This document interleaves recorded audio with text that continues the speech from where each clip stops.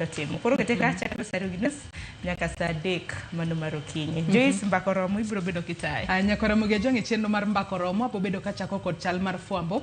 Bang'e to etwak wabo bedo ka watwak otudore kod chal mar Kenya. Weche mopogore opogore matimore pacho ka ahinya to e paw siasa, wechego mag somo, wechego mag thieth duto abo bedo ka atwake kod jonon weche mag siasa mabo bedo godo achiel kachiel e studio ka okinyi makawuono. Omicha kutudri kodwa kochakore sani, namba mar ote machuok 33600. Facebook ibiro yudowa achiel kachiel, Ramogi TV X @Ramogi TV. Ka an bende inyalo tudri koda e Facebook page mara ibiro yuda Joyce Odur, mbui mara mar X ibiro yuda @JoyceOdur_. Nyakoromo Gejong mbui mara e page mara mar Facebook yuda gi nying mara Sharon Ongawa, X, Instagram, TikTok duto te atiyo gi nying mara Sharon Ongawa. Bed kodo nyaka gikon kichma en rupiny. We wakwongwa yuda tuond weche manyien. Hizi kuwa mshahara ambayo ilikuwa ya 2030 ilikuwa kubwa kuliko ile mshahara inalipwa MCA 2022. If there are too many, we did not need to have the constitution in place to have the MCAs being members of county assembly.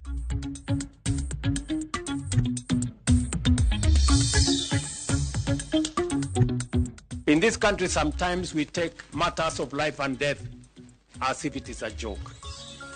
I am committed to delivering. Wewe panga mambo hii kidogo ya hapa na pale ya 2027, kura itafuatana kuruka. Sisi tuko nyuma yako, umetembea na baba, tumeona Jumamosi.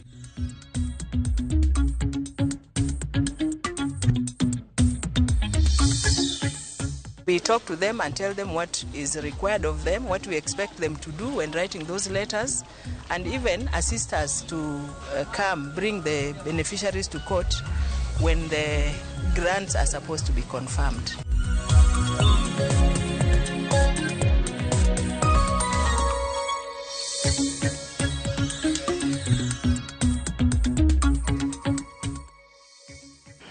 Nyakoromo Gejong machiegni eneno weche manyien okinyi makawuono, nyinga Joyce Odur. Jatend piny William Ruto koro seyo ganda jo Kenya manyiero chenro mag dongruok mosebedo kochwalo e gwenge mopogore opogore pachoka. Ahinya to apaya manoyango ni ibiro losi chakre Isiolo nyaka Mandera ma jo Kenya osebedo ka lwere godo e mbui ni otiyo tija mako nying gwenge. Ruto owacho ni sirikande oikore makare mar neno ni chenro makamano odhi nyime. Kamachielo, jakom mar ODM e kaunti ma Nairobi, George Aladwa, jaod bura ma Mathare Antonio Luoch kod jotelo mamoko mag ODM omedo siro paro mar tiyo kanyachiel gi Ruto ahinya to e kinde ni ma jo siasa temo yiero kweth magibiro riworego kaka ikruok ne yiero mabiro. Last week or the week before, I was in northern Kenya, and I did announce a major road artery that will be constructed from Isiolo through Wajir all the way to Mandera. And many people assume or think it is a joke. Let me tell you, good people, you know, in this country sometimes we take matters of life and death as if it is a joke. I am committed to delivering. Wewe panga mambo hii kidogo ya hapa na pale ya 2027, kura itafuatana kuruka. Sisi tuko nyuma yako, umetembea na baba, tumeona Jumamosi, last week tumeona, na hiyo ni heshima kwa ndugu yako mkubwa. Na unapotembea ndugu yako mkubwa na mwingine anacheka, wewe cheka, na 2027 tutachekana na wewe. Na nawakumbusha wale ODM wanaongea huko kando, waongee tu, lakini sisi ODM original, Rais ni William Samoei Ruto. If there is one reason why I am associated with the president, mimi mambo ya 2027 watatupanga na baba wakisema tutafuata. Watatupanga na wale watu wanasema AU sijui nini, wakitupanga na baba 2027 hiyo tutafuata. Jod bura ang'wen mag Kenya Kwanza kod karan mar od bura mamalo Samuel Njoroge ochwalo bura e doho mar apil mar kwedo ng'eto mar doho mamalo ewi kweth jod bura mathoth e od bura mamalo. E bura margi Kenya Kwanza kod od bura wacho ni ng'eto makamano dhiro chenro mag od bura kaka chuogo committees mag od bura. Kaka jafambo marwa Chris Owino leronwa, Kenya Kwanza bende onyiso doho ni ng'eto mar joyal buche adekno en donjruok gi chenro mag od bura gi doho. Ywarruok ewi kweth mathoth e od bura kind Azimio kod Kenya Kwanza koro onyono e korido mar doho bang' jo od bura 4 mag Kenya Kwanza tero ng'ur margi e doho mar Court of Appeal mar kwedo ng'eto mar doho mamalo ewi wachno. E bura margi, jatend kweth jo od bura mathoth Kimani Ichung'wah kod jala e kweth jo od bura mathoth Silvanus Osoro dwaro mondo Court of Appeal oket tenge ng'eto mar doho mamalo mane owito oko ng'eto mar spika mar od bura Moses Wetangula mane oyango Kenya Kwanza ka kweth mathoth. Kenya Kwanza kod od bura kokalo kuom okil Kamalo Kamar gi Sandra Ng'anyi onyiso doho ni ng'eto mar joyal buche adek mag doho mamalo dhirocho chenro duto mag od bura ka chuo committees mag od bura nyaka yang ni en riwruok mane man kod jo od bura mathoth e kind Azimio kod Kenya Kwanza. Wach makamano ne oyang kod spika mar od bura Moses Wetangula odiochieng' manyoro e kinde mane oyango ni kweth jo od bura mathoth kod od bura manok pod dhi nyime kod twak ewi jokanyo mag committees go. That consultations are ongoing and will be concluded soon to allow for the reconstitution of the specified committees. I direct that awaiting the reconstitution of committees, the BPS be processed by the liaison committee. E komachielo, riwruok mar Kenya Kwanza onyiso doho mar Court of Appeal ni komiti mochung'ne tayo chenro mag od bura ok nyal chuog nyaka doho ket ler ewi wachno gino manyiso chenro duto mag od bura nyalo chung'. Mabiro kalure ni jokanyo mag komiti mochung'ne tayo chenro mag od bura nyaka wuogi kweth jo od bura mathoth kod od bura manok gino mapok otimre nyaka sani bang' riwruok mar Azimio golo jokanyo magi o komitino bang' spika mar od bura Moses Wetangula yango Kenya Kwanza ka kweth mathoth. E ng'ur margi, Kenya Kwanza bende onyiso doho mar Court of Appeal ni okang' mar joyal buche adek mag doho mamalo wacho ni ng'eto mar Wetangula ne odhi ataro mar chik en donjore kod tije mag od bura. E komachielo, Kenya Kwanza wacho ni chike matayo duond buche mapacho kae omiyo duond buche thuolo mar loso riwruok mar siasa mag hero kendo ok nyal chungi gibedo kod riwruok mar siasa ma ok gidwar. Chris Owino, Ramogi TV, Nairobi. Riwruok mar MCAs mag Counties Assembly 47 motis ni County Assemblies Forum koro ywak ni duol machano osach jotije sirikal orang kwayo margi mane gipedho mondo medgi osara. Ka gitimo romo margi KICC Nairobi, MCAs bende okoni gidwaro mondo omenda mag dongruok mag ward owinjo ketie chik mondo wuog achiel kachiel e aguch migawo mar omenda. Kaka jafambo marwa Walter Nyambagalero, romo mar MCAs go kata kamano ne tulo omuoche kaluwore gi ywarruok e kindgi. E kinde romo mar ywarruok mag MCAs mag counties mang'wen kod abiro midendo ni County Assembly Forum e yo machuok kaf, jotelogo owuok tung' musuo kod duol marango osara pachoka SRC kagedwa ni mondo medgi osara ma e lweny mag gisebedo kagego nyaka sani to pok giyudo dwoko. Hezi kuwa mshahara ambayo ilikuwa ya 2013 ni ilikuwa kubwa kuliko ile mshahara inalipwa MCA 2022. Haiwezekani. Tukatoka hapo tukasema ya kwamba SRC iraise ituweke kwa job group. Haiwezi kuwa ati MCA huyu yuko hapa anaambiwa ya kwamba MCA na oversight the governor uweza $1 million na pia hako na unamlipa shilingi 86 alafu unamwambia ati aka oversight governor. Is that possible? MCAs wacho ne kaloch gwenge ne ochakore e od bura mar higa mar 2013 ne gin kod osara moingo silings 200,000 gi wiye. Kata kamano gisani to gin mana kod osara mapot ka usimbui e kata odoko ni gin kod ting' mathoth e kendo jodak e poto kuom gi pile kadwaro kony. Principals wa high school na wote wanalipwa double my money na wote wanalipwa na serikali. So why should the MCA earn less because there are too many in this country?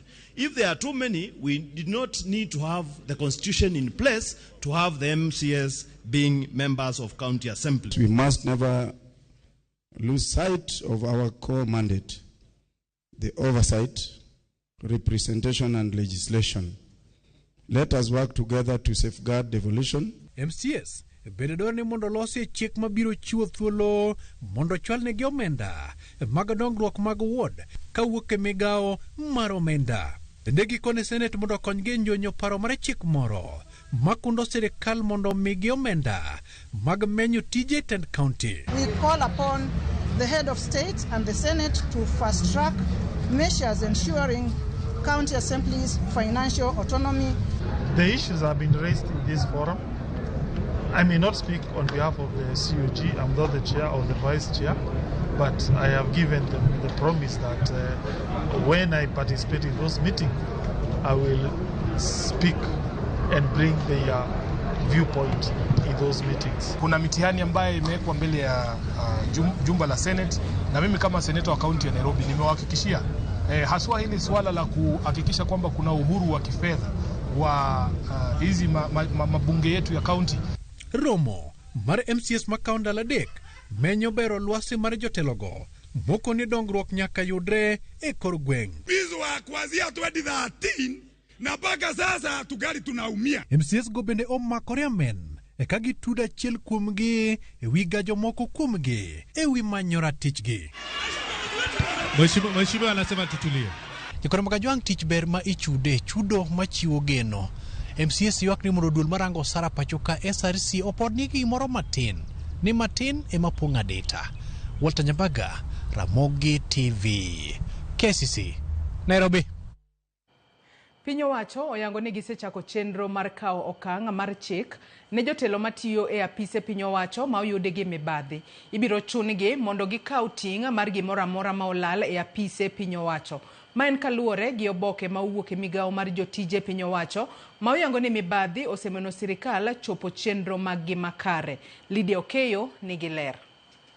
Kaka yor tieko mibadhi ma osebedo ka ogo tache thoth apise mag piny owacho, migawo mar jotije piny owacho oyango ni gisechako chenro mar rakore gi midhiero ma kamano achiel kachiel gi apisas mag sirikal ma ibiro yudi gi mibadhi. Migawo no wacho ni mibadhi osebedo badho ne piny owacho chopo kare chenro mar bottom up economic agenda mane geto timo dongruok ne jopiny.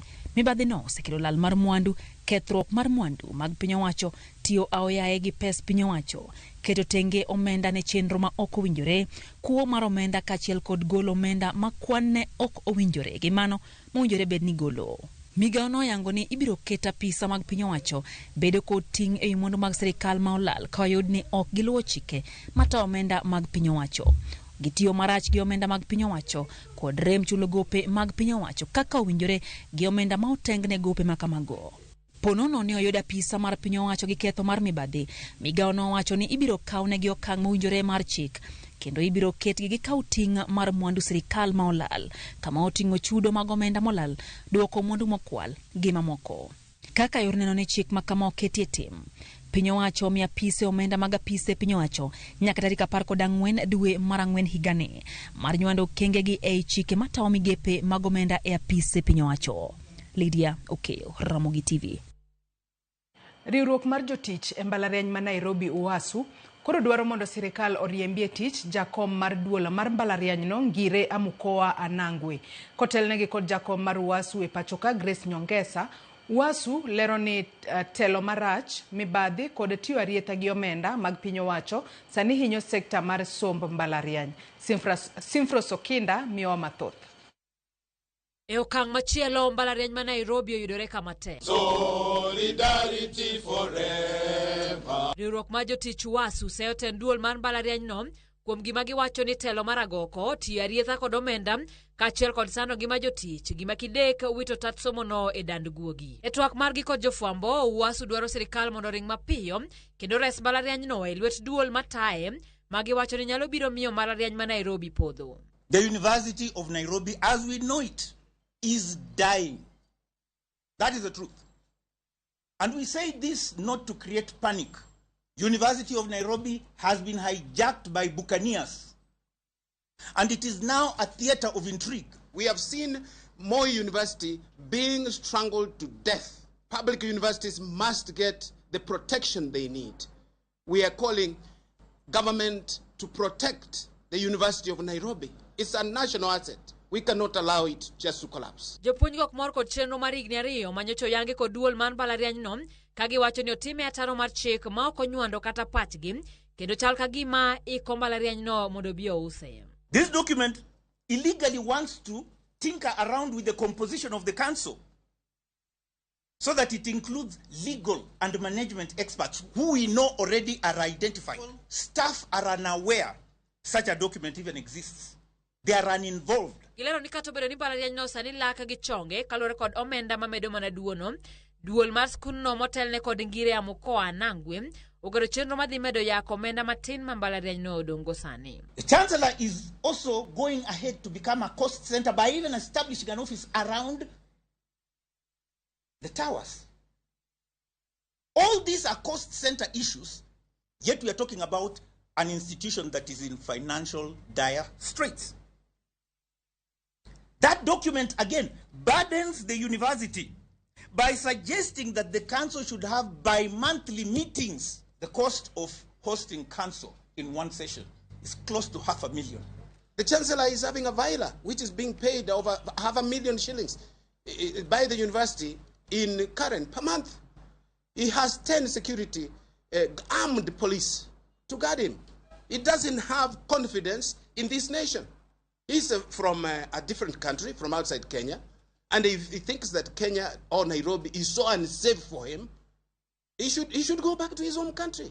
Wasukuro dwaro mondo duol makedo gi mibadhi EACC okaw kang ne joma sani ong'amo dhoggi ne yako mwandu mag mbalariany no. Business people out here and politicians that are now struggling with what to take from the university.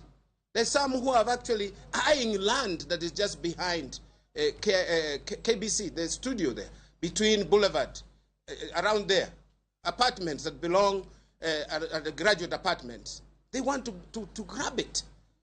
This is a fact. Let them say it is not. Wasugeno ni sirikal dhi winjo ywaggi kendo kawo okang' mowinjore mar reso mbalariany no e lwet achudhe. It shall never be divided. Simfros Okinda, Ramogi TV. Sirikal kaachiel kod riwruoge ma ok mag piny owacho oyango chwalo paro mar chik mageto chiwo chudo, bero arita kaachiel kod duoko nyadhi ne tije ma ichiwo kod mine e pachoka kaachiel kod jochiw arita ne jotuo. Parono oyango keto maromre kata ratiro marom e kind joma chuo kod joma mine e dongo ngima mar anyuola, bero weche yuto kokalo e chiwo arita kaachiel kod bero ngima joma mine kod nyithindo e kuonde mag tich. Kaka Cynthia Onyango chiwo ler, jod bura kaachiel kod senators mane oyuoro e romono bende kwayo sirikal mondo ne ni omi joma mine chudo mowinjore e kinde ma gintiere e yueyo bang' nyuol. Kaluwore kod nonro mar bad migawo marango ratiro mar kit chwech duto manochuo kaachiel kod mine, joma mine kawo mohewo seche 4 ka gitiyo tije ma ok chulgi, ka joma chuo to kawo matin ne saa 1 odiechieng' ka odiechieng' ka gitiyo tije ma ok chulgi. Pogruok mar mohewo seche 3 e odiechieng' kodiechieng'. Kaka okang' mar kedo kod akweda e kind chwech ma opogore weche tije mag pacho kaachiel kod chiwo arita ne jotuo, sirikal oyango chwalo paro mar chik mageto keto marom tije ma itiyo kod chwech ma opogore mondo konye bero ngima oganda duto e tije duto ma gitiyo. Giwacho ni kata obedo ni joma mine tiyo tije mang'eny e dala, tich ma gitiyo ok osemi nyadhi ma oromo kendo chudo ma owinjore bende ok osemigi. Mostly men and women who will be spending all their time, as we are going to see the statistics in a short while, doing or providing care, and no one cares. At the end of the day, you are like you have not still done work. And even the effort to even calm a baby who's crying the entire day, that's a skill. And so we will need to recognize some of those things that are remain invisible for us to demonstrate the need to invest in the care issues. Parono mar chik bende oyango puonjo jotije marito jotuo, jotije mag ute kaachiel kod jotije duto machiwo arita mondo konye miyo gi chudo kod nyadhi kaka tije mamoko. Ma bende igeto ni biro konyo e kedo kod tuoche mag obwongo mahinyo chando jogo marito jotuo e kinde ma gidwaro kony. Who cares for the caregivers? For those that we know who have had patients who are terminally ill, you end up getting affected so much as you are taking care of the patient who's about to die. Now, who takes care of your mental health? Who takes care of your even physical health? And who even pays for the time that you are spending taking care of that patient. Catherine Omanyo korka kore wacho ni dwaro nitiere mar joma odak konyore tije mag ot mondo kel ranyisi mar tiyo kanyakla ne nyithindo to ok neno dichuo matedo kaka ng'at madhako ingo gi teko. Jaod bura mar kaunti ma Homa Bay Dr. Joyce Bensouda bende okwayo jokanyo mondo sir parono. The responsibility both at home and outside home should be shared. It is actually not a weakness if a man decides to go to the kitchen and prepares a meal. It is not a weakness. This will bring a lot of respect in families and even bonding. If my husband is cutting onions and me I'm putting oil in the sufuria, the babies see daddy and mommy as a team. We want this policy to be translated into reality. We want support. We want the people in informal sector whom we live at home, whether taking care of the cattle, whether taking care of our children, to be appreciated, to be trained, to have civic education so that we are safe and secure. Cynthia Onyango, Ramogi TV, Nairobi. Doma Migori dhi nyime kod tiego ruodhi kod jolupgi e kaunti ma Migori e weche mag chike to ahinya ma otenore kod lowo. Kaka jafambo marwa George Jumalero, chenro no geto miyo gi nyalo mar yalo buche mag lowo e yo makare. Cases go mag lowo to ahinya mago ma ipogo kin familia kata ma ilo kinyi ng'at machielo osebedo ka medore e doho ma Migori e kaunti ma Migori. Maloyo cases 350 sani osechwal e doho ma Migori bang' winjruok tamore kind anyuola kod jogo eko ma onyuolo. For the High Court, I think there are over 50. For the lower court, because now the jurisdiction was taken back to the Magistrates Court, there's a lot. About 300 or so for this place only. Jang'ad bura e doho mamalo ma Migori Anong'injo wach ni biro ne chike mag lowo ok oseber ka iluwo makare kod ruodhi e kinde ma ipogo lowo e kind familia osekelo pek e tieko cases go mag lowo e doho. You have succession matters which take so long. You know, you can have a grant and you do the confirmation, but you find that sometimes other people are left out. When they are left out, they'll come maybe even after 10 years. Maybe they were still minors by the time the succession was being done. If the chief identifies the beneficiaries, all of them, we will include them. And then those problems will not be there anymore. Ong'injo wacho ni mae bende osekelo kata gwandruok kaachiel kod nek e kind anyuola. And when that happens, then many other things arise, including murders, and including a lot of disturbances around the home, disharmony in the family and all that.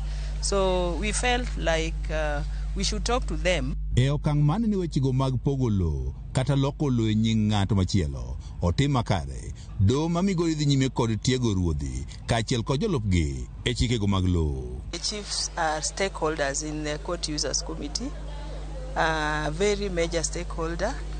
In terms of the succession matters that we have, they are the ones who write letters to identify for us the beneficiaries, the widows and the widowers and the children of the deceased. So sometimes we find that their letters are forged and the people who come to seek to inherit are not actually the beneficiaries. And for that reason, many people lose their inheritance. E kinde puonj mane obag katiegruok mar jopuonj ma Migori Teachers Training College, ruodhi kod jolupgi noyudo puonj nyaka yo ma ginyalo ndiko kata barupe e weche mag lowo ma yore doho. We talk to them and tell them what is required of them, what we expect them to do when writing those letters, and even assist us to bring the beneficiaries to court when the grants are supposed to be confirmed. They take it and some of them start selling the land. There are many matters that the chiefs deal with that have legal implications. Commissioner ma Migori Kisilu Mutua mabende chopo tiegruok ni ne wane ruodhi mathoth pok obedo kod tiegruok makare e weche mag chike kabende opuoyo doho kuom kawo okang' machal kod mae. As a national government, we have not trained the chief. We thought it is very wise to use the knowledge that judiciary has. Tend doho ma Migori yango ni cases mathoth mag lope machopo e doho biro nikech ok oluw chike yo mowinjore e kinde ma ipogo lope e kind familia. George Juma, Ramogi TV, Migori. Nyakwara Mugajwangi report mar Jojuma kowuok e kaunti ma Migori ema chopo gode giko mar weche manyien okinyi makawuono. Soma ne moko kuom ote ma ochwalonwa e Facebook kama wantiere achiel kachiel. Lord Shalom wacho nonenwa e yo makare. Jacob Jawarinda wacho ni good morning from Warianda Beach, Sakwa Bondo. Winnie Otieno wacho ni Ramogi oyawre, waru aneno umaler ka an Keroka. Wach mamako dhoga en wach mar MCAs. Sama gisero ombulu ng'ato chung kendo ng'eyo ko campaign ko ng'eyo maber salary mimiye. Kose donjo to koro dwaro compare salary mare gi mar principal. Nokodhi e tij puonja koneno ka emichude maber. Kenya ka tugo ng'enye. Mike Jakoma bende wacho na noru piny makare ka an Nairobi Embakasi. Greetings ochop ne jo kanisa duto mag teko injili East Africa. Vitalis Ochieng wuod game Karariu bende wacho no yaure Joyce amor kodu kendo kawachako waromo kawuono. Ng'uono mapile obedna kodi nyaka giko. An bende aru maber gi joga kaka pile. Awuoro ni ji omako lwet Ruto e tich.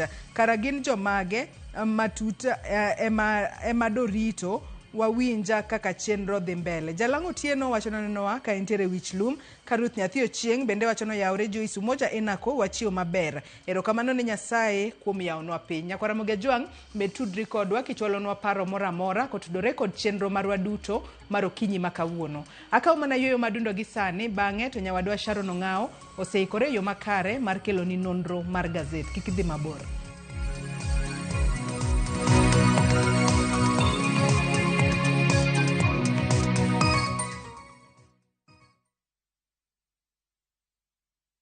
Win Nambogi on patapata.com. Yes! The more you refer, the more you earn huge bonuses and cash prizes. Refer and repeat. Not for persons under the age of 18. Authorized and regulated by BCLB license number 447.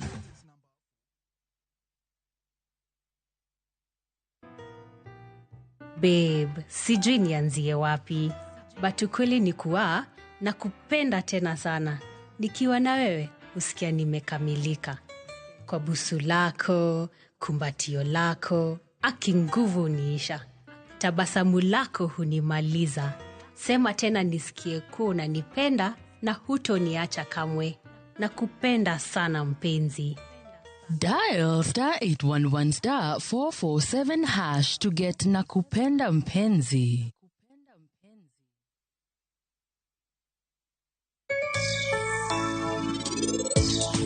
Penj laktar ko kalera mugi TV ngima en mwandu ilungani Ruth Otieno kende nga morna mar bedo kod odiechieng kod odiechieng. Kidwa yawo duka gima nyaka kuong ing'i en location. Aluora man kanyo no bende dhano nitie.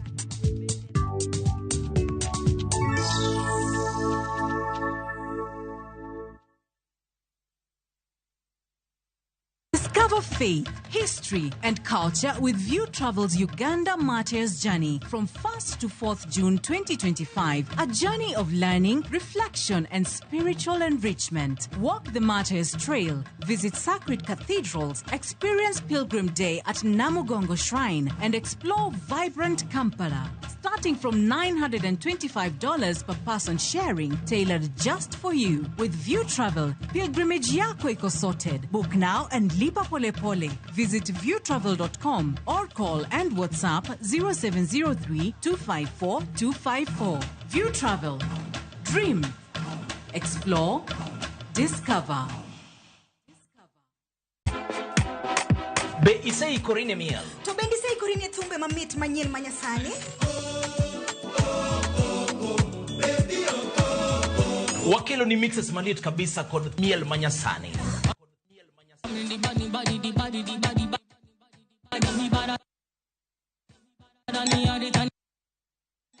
And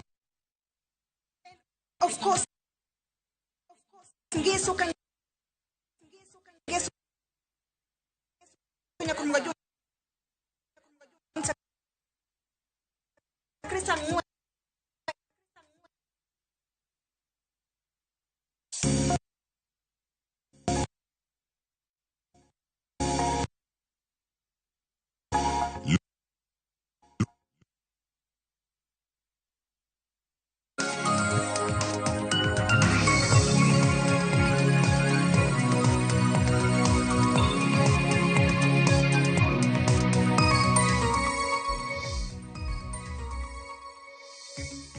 Nyakoro mgo jonka moro mintiere dakika osekadho 35 tok saa 12 mar okinyi machiegni ma en nonro mar gazet Matai nyinga Sharon Ngao.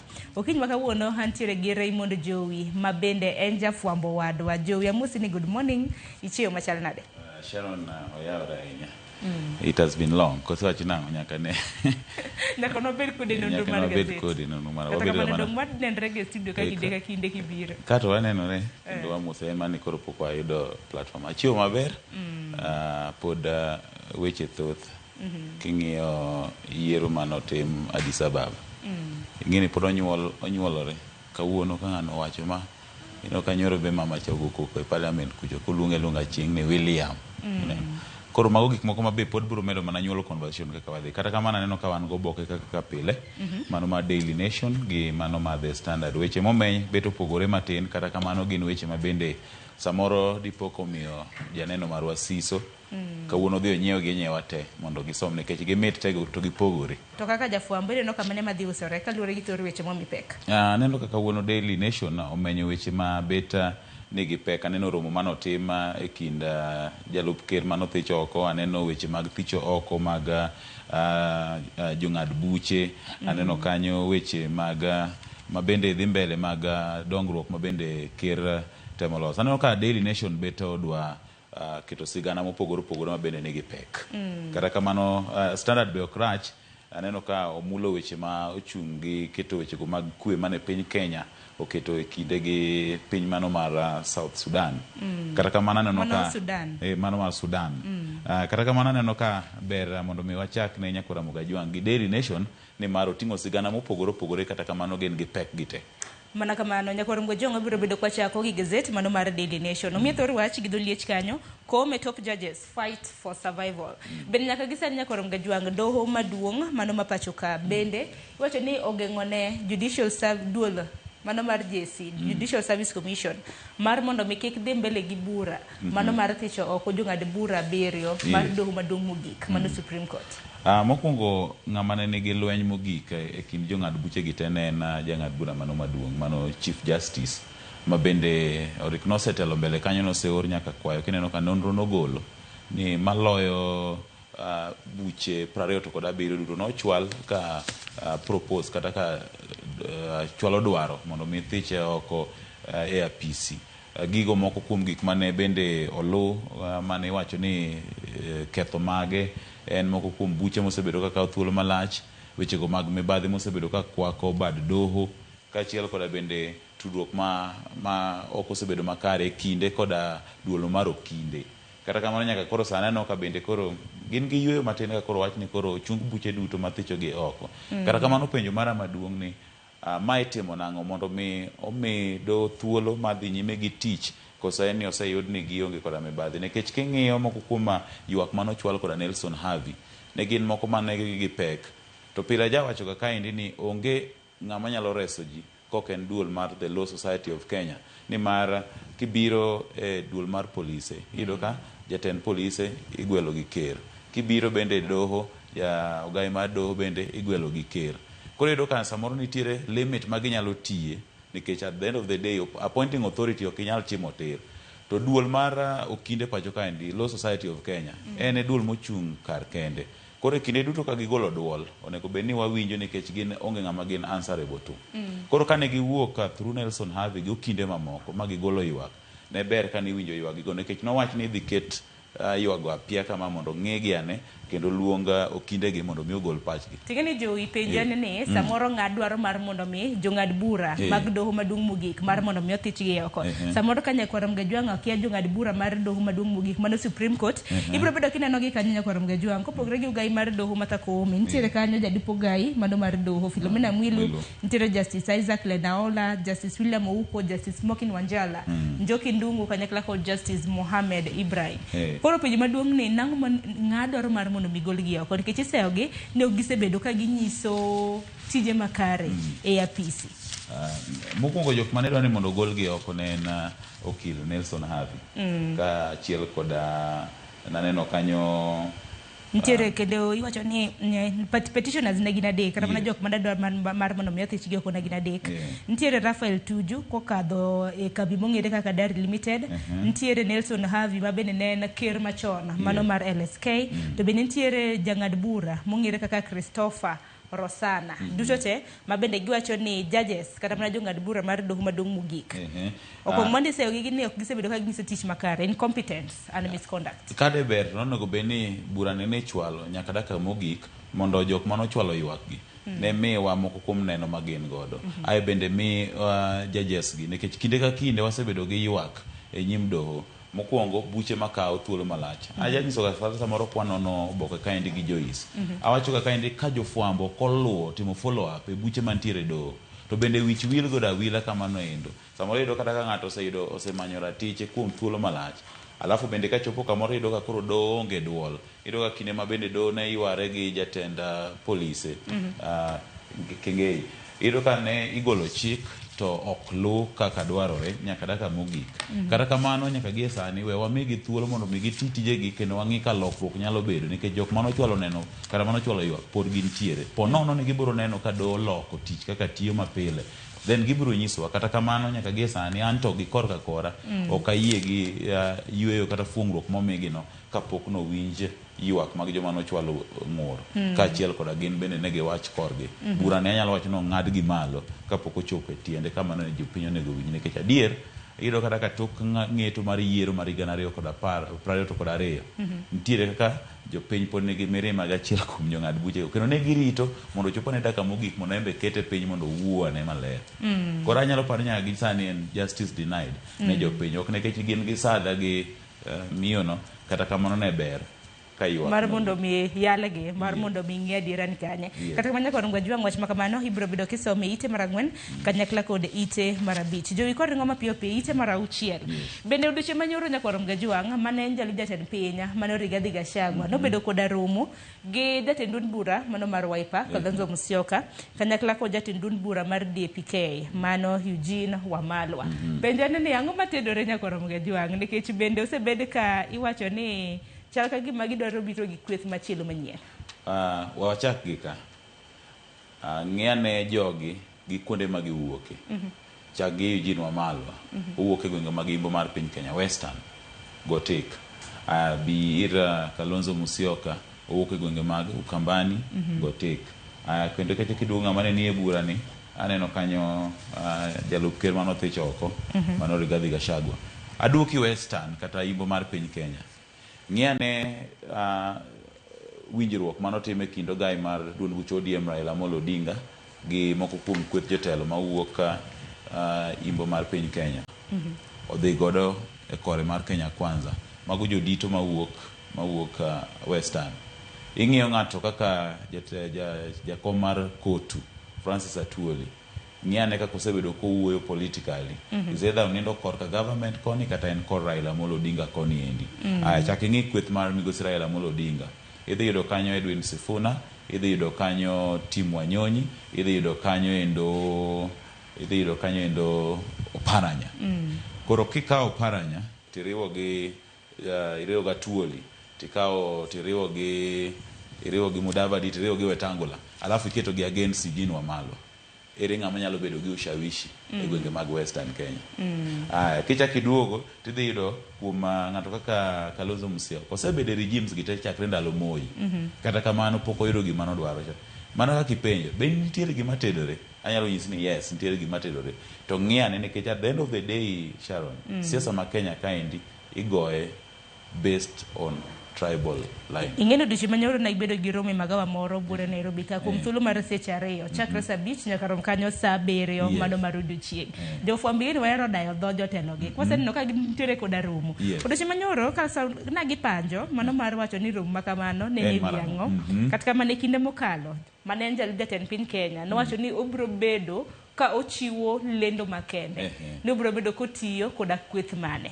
To bende wang'e ni jatend duond bura mano mar NARC Kenya mano Martha Karua bende chiegni yango party manyien. Iwacho ni loko nyinga NARC Kenya cha koro kowuok National Rainbow Coalitions Kenya to dhi e nying manyien miluongo ni People's Liberation Party. Dibed ni gibiro bedo bende ka giyango kweth ma bende gibiro bedo ka gitiyo godo e kinde yango duond bura ma kamano. Kiseng'iyo kinde yiero ka yiero, onge yiero mosetim tok higni 5 pacho kaendi ma ok olos gari manyien mar yiero. Wasebedo gi NASA, wasebedo gi CORD, ne wan gi Azimio. To nyaka gie sani iyudo ka tok romo mogik mane otim mar parliamentary Azimio parliamentary group meeting manotim Lavington, ma bende wacho ni moko kuom rawere ne oroko mokadho Migosi Kalonzo Musyoka. Are kanyo pok jotelo ariyogi, mano Migosi Kalonzo Musyoka, Martha Karua gi Raila Amolo Odinga, owacho dhok achiel are kanyo. To ineno ka imanyoga gimoro mana matin manyalo koso tudogi. Anyalo nyisi ni nyaka gie sani it is nothing but obvious ni jotelogi maendi Migosi Rigathi Gachagua, Eugene Wamalwa, Martha Karua gi Kalonzo Musyoka loso gari manyien mar siasa midhi many godo telo kochopo higa 2027. To nyaka gie sani bende ok en gima opondo ni po nono ni Migosi Raila Amolo Odinga gi William Ruto dhi mbele gi tudruok margi makare, ginyalo bedo kweth makoni, then jogi bedo kweth makoni. We wanwa riti, ngeni weche mag siasa bende lokore odiochieng' kodiochieng'. Kata kamano, mane en jal jubilee piny mano Rigathi Gachagua to nosesingo ni rom kanyo dwe mar 5 mano Mei, obiro bedo koyango, obiro bedo kotiyo koda kweth mane. Kopogore gi mano jowi, ite mar 7 bende aneno komulo weche motenre kod siasa. Ne korom ga jong'wa ng'eni nitiere romo mar tipo ma bende MCAs mawuok e counties duto te pacho ka 47 obago romo mano KCC bura Nairobi, romo mano chako odiochieng' manyoro, romo ma bende biro bedo kadhi nyime nyaka tich 5 mano odiochieng' makiny. Neno romo mar ndalo 3. Odiochieng' manyoro ni winjo kanyo ka bende pod giywak kotende kod chudo magi. Giwacho ni ginyal bedo ni gin giting' bende mar ng'iyo kaka governors tiyo e county, to gin emichulo gi bende pesa matin. An mokwongo inyalo wacho ni seyo gweno tiseyo gwang'. MCAs mokwongo tijgi mokwongo en legislation. To legislation gi oversight gi representation. Ging'iyo gi represent jopiny gi legislate. E tije kata under legislation kama giloso chikeno, achiel kuomgi gi participate nyaka e budget making. Budget making kaendi eme yude kanyocha kata ke isomo boke juma mokadho noyango moko kuom counties ma bende tiyo kod omenda matin mokadho weche dongruok kata malaria kende emokete weche mag dongruok. Sama iloso budget, ka giseloso budget magi draft to gitero ne executive. Ok ginyal duogo nyisowa ni to ka gise draft budget to migi ata malaria kende weche mag dongruok. Modong odhi recurrent expenditure, chulo sara gi gik mamoko. Weche mag dongruok yore nikech at the end of the day gin magitimo oversight nyaka kor gweng' kucha. Yo karacho penji governor, ipenjo MCA. To sama gidhi giloso budget ma giwe mana 2%, nikech iyudo kata ka county ma Kisumu samoro imiyogi kata bilion 10.3. Ewi bilion 13 ni gitero mana 2% e weche mag dongruok. Weche mag osara to kadwa wuoyo nikech mano to kisanda Salary Remuneration Commission. Lakini mokwongo pek ma MCAs yudo en kotenore koda weche mag dongruok madhi mos. Iyudo ka samoro mondo milos kata yo en process, samoro financial year rumo ka contractor pok otieko tich, samoro okomiye certificate of completion, stalled project, samoro chaki to rumo gi e kore. Anyalo wacho na adier MCA to nego bende mi allocation maber nikech iyudo ka ene mo interact gi japiny e kor gweng' kucho. Weekend ka weekend en dala liete bende timore gimora juma ka juma. Nikech iyudo ka samoro wuod achiel ni kata gi liete 10.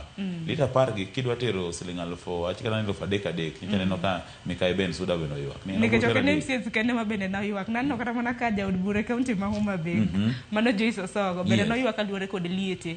To josiasa bende ming'iyo bende konywa uru. Koro wuondre ni MCA dwa tero siling 3,000 liel ka liel. Samoro en liete 10 per week. Mano siling 30,000. 30,000. Mano otere ngeso kata gi Jumapil. To dwa tere week ka week. To king'iyo sache samoro en mana 144. Adier ido ka koro bro timo nango giburo bedo ka gigo karata gi contractor tije ok dhi maber mondo mi at least sustain immediate need nikech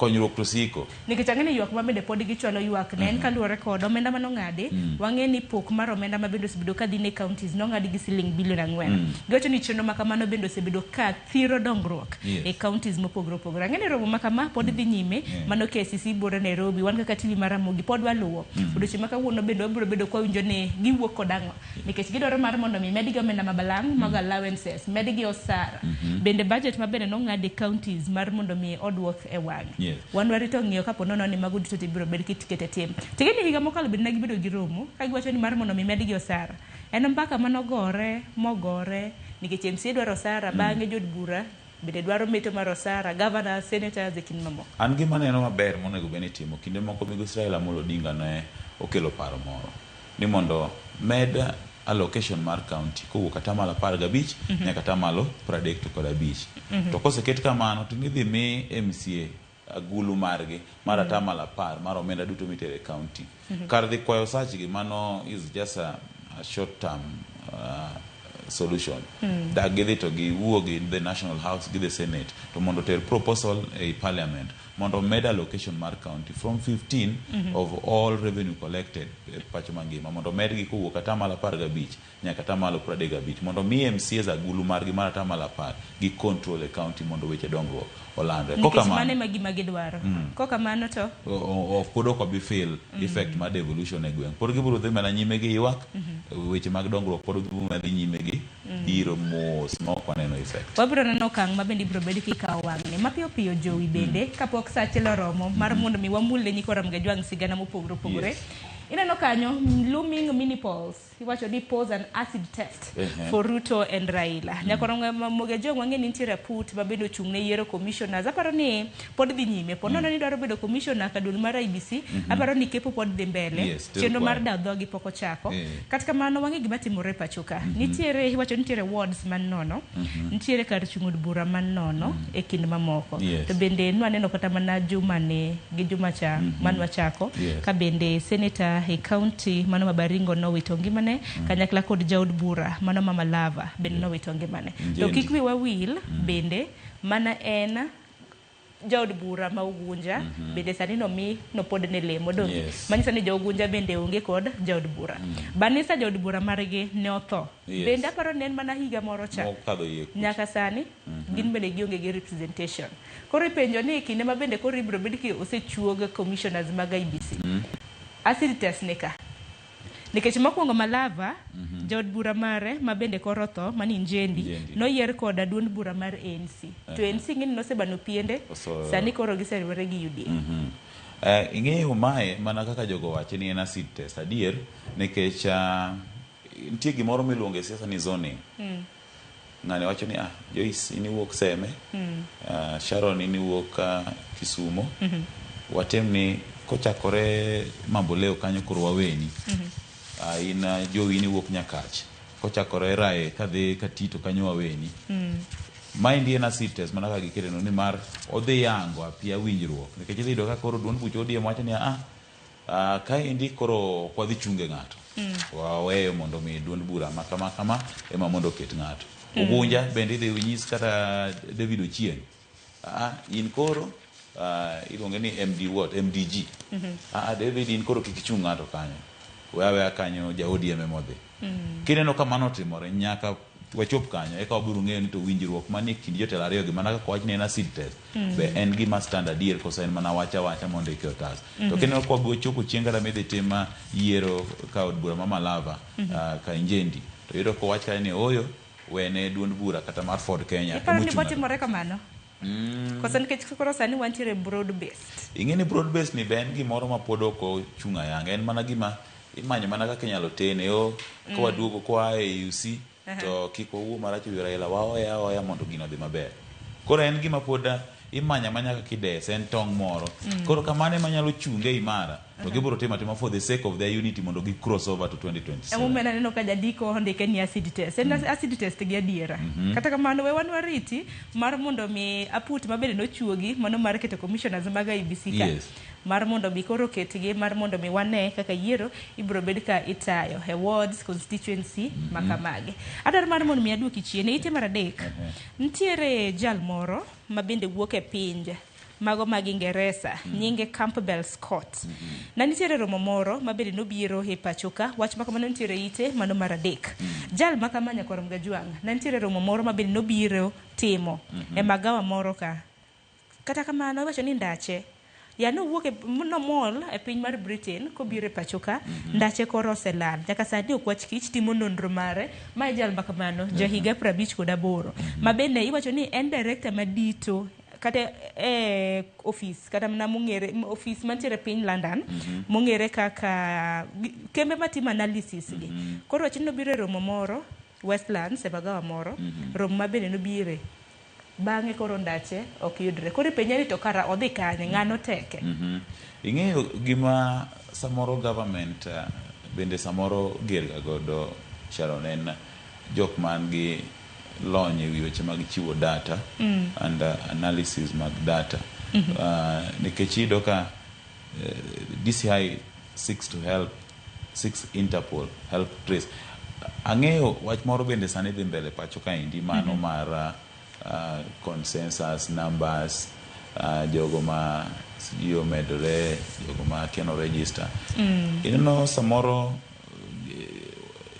weche mag meko mag jok ma nigi lony ewi weche mag analysis gi samoro ng'ato donjo pacho ka indi mondo mi okony kweth machielo chiwo exact data nonro mag ji number statistics and everything iyudo ka samoro gi kama sama wantiere ni iyudo ka the government maybe osechako seek mondo mi overturn moko kuom perception mantie in terms of numbers mag ji ok adwa link mano to meko mar ng'ani kata kamano kama bede chija garo ni nitiere kamitime ga nonro machopi wach CCTV tiro ka koro CCTV ni oduogo lal gi kamoro makoro ok duogo yude kata kamano penyo mara mokwongo ni tang'o miyo DCI koro go bade piny kendo koro manyo mana kony mar Interpol dipo ni samoro nitiere kaka duol maro mar timo nonro ga fedha nitiere ga niga gire mok nyadhi to a certain extent tang'o miyo mar japiny ma oko ni to koro giketo ema ino tido ka moko kuom jo Kenya to samoro lal ga pacho kaendi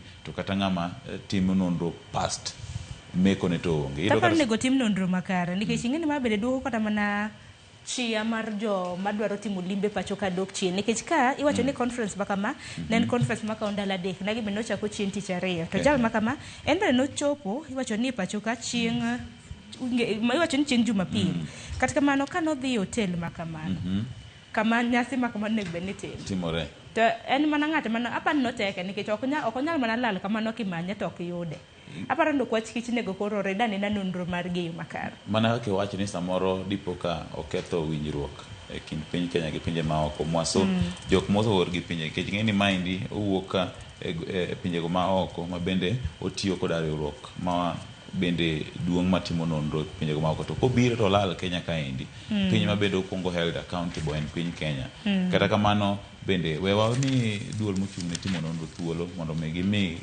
gitim thuolo kata gitim nonro margi ma ok obedo interference kata kamano nyaka gie sani an samoro gina laumuga duol mochung' ne timo nonro nikech iyudo ka ng'ato lal to ginyalo trace to a certain extent to kodhi past kamoro iyudo ni koro they cannot trace CCTV or ginya trace communication ne mogik ma at long last to semitimo tracing kata minite mapedha makamago emido ni CCTV ndokoti inyalo paro mar Kenyatta Hospital kana jatuocha ne onegi e ward kopogore gi manya korom Gajwang' ang'eni sa chiel tiero chiegni romo kapok watiko nonro mar gazeti ite mar ariyo bende nitiere jalweny moro bende akeni en koro nolal kose mbene noteke nikech ondika ni how mystery caller lured man who's been missing since 2023 nitiere jal ma bende ong'ere kaka Daniel Mwaniki nyakorom Gajwang' wacho ni the last time mano nen Christmas higa mar 2023 ma bende nokojathora kata mna dhi dala mar timo celebrations mag Christmas ma koro nodhi neno min ode bende ni kanyo mong'ere kaka Tabitha Githigia wacho ni wuon ode ni kana gitimo nyasi mar Christmas no bang'e chieng' Boxing Day owuok nikech Boxing Day dong biro tok Christmas sari 26 en yudo manong'we simbo ng'we yamo moro ni nitiere ng'ato madware kumoro kamane kaka nodhi mana ndache nolalala kamano nyaka makawuono ate musome mana kaka iwacho no moko kuom gigo to aneno ka persistent phone calls mane wacho ni samoro iluongo ni Daniel Mwaniki ing'eyo mokwongo ka omak jago ma jatend arita kwe ting'eni penjo mang'eny kuong biro gani to ng'ama raia to how safe to iyudo ka bang'e no tiwacho ni Odugo biro to ne nan easy according to Sigana newacho ni ne ok en ng'ama ne ni thuolo kuom gik manowacho kata dala ero nokwero bire nyaka daka mogik kata kamano nyaka gie sani are higa 2023 nyaka sani pok oyude ing'eni an penjo maduong' mapenjora gani to ka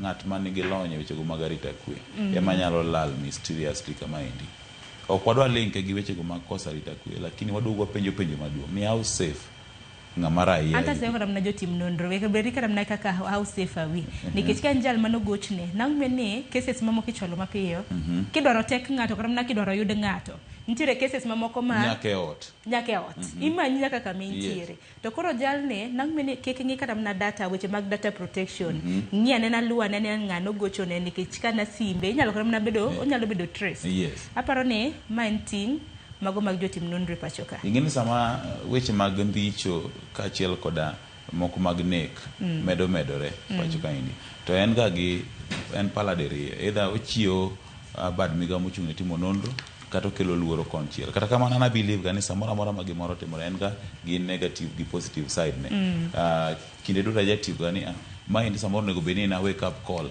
ne wechego mag jotim nonro kata wechego mag arita kwe mondo gijiw wechego mag arita kwe mapiyo kaka nyalo we koro wawene gi ting' makamano sa achiel oseromo jowi aparo ni wamul mana thor wach achiel mabende mipek e gazet mano ma The Standard gazet ma The Standard nyakorom Gajwang' thor wach mabende giketo reckless duo gin giketo mana kamano to giketo tipo mar jatend piny mano William Ruto giketo kanyo jatend jotend migepe mabende en jatend migawo mochung' ne weche limbe mag pinje maoko bende ka giketo picha mar General Mohamed Abdan Dagalo mabende en jalnwero mabende wacho ni jalweny mobalo gitend piny mano mar Sudan wang'e ni kweth ma isiro gi jolweny mobalo gitend Sudan mong'ere kaka Rapid Support Forces ka otelnegi gi General matipone nika mano Mohamed Abdan Dagalo nolando ni gikore mano mar chugo serikal matenge piny Sudan to serikal matenge no ne wacho ni gibiro mna chuge Nairobi ka neno romo na gibedo godo chieng' tich ariyo mano KICC bure Nairobi kidok bake historia maber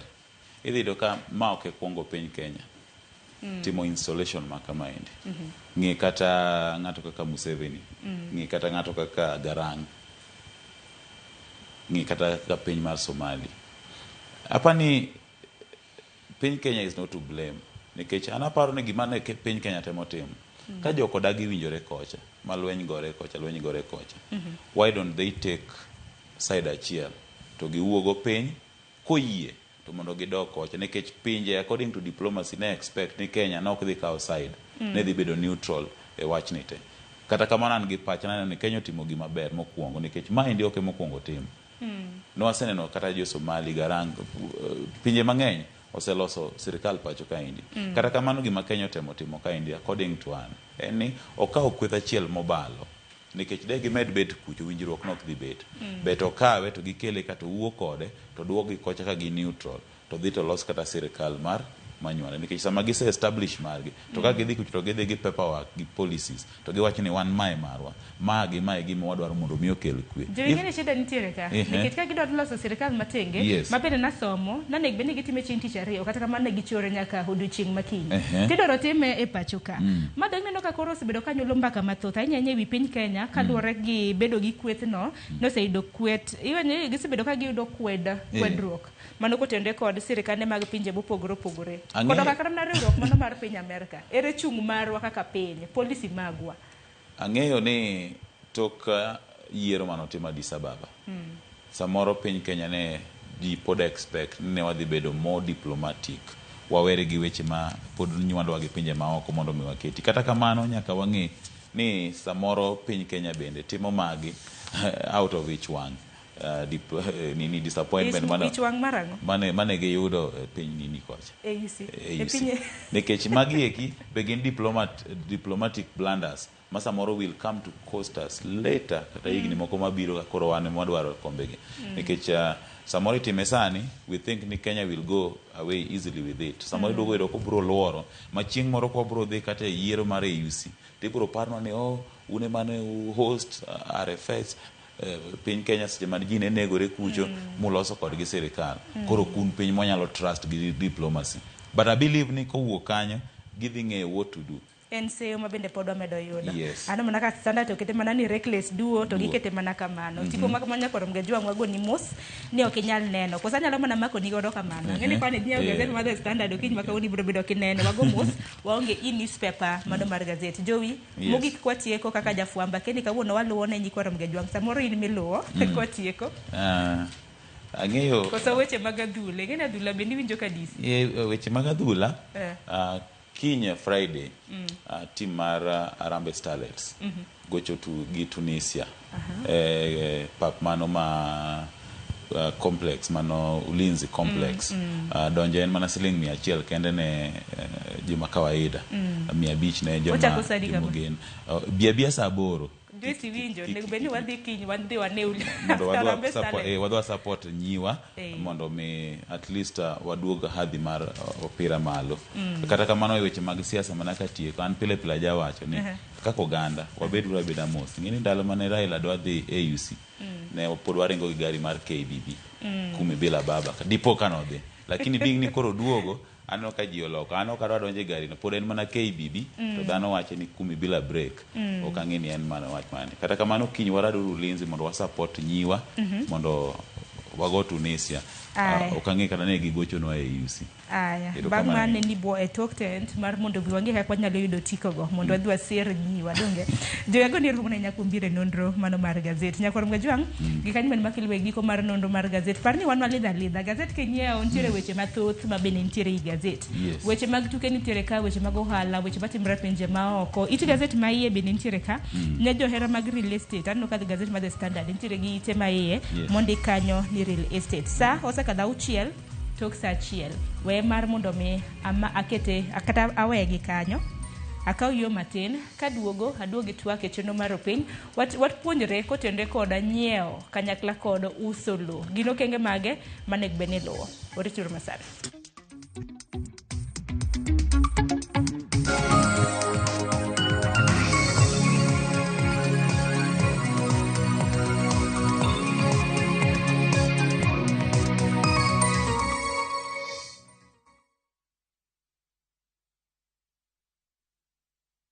Share your unique referral link.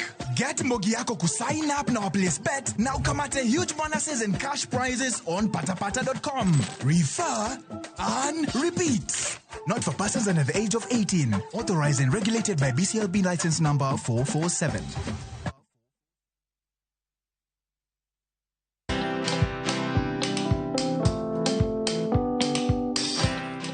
My brother, chekini story fulani la penjuzi mtani record manze. Lakini bro, kazi itakuwa tu ni kujaza simu na hizi mavida. Ai, kujinice tu kaka. Mwananchi gani huyo anarada medali ya pesa? Leta tenje ni kushovile tutaomoka. Citizen Digital wako na platform fulani kwa site yao inaitwa Wananchi Reporting. Hapa unaweza tuma story yako kwa website yao ama kwa app yao ya Citizen Digital. Na kama hiyo process ni ngumu, unaweza tuma story kwa email yao, WhatsApp number ama uitumie kama SMS. Alafu gani napataje bro? After story yako imepublishiwa, hapo ndo una receive 1000 kwa simu yako. Bro, au menichanua.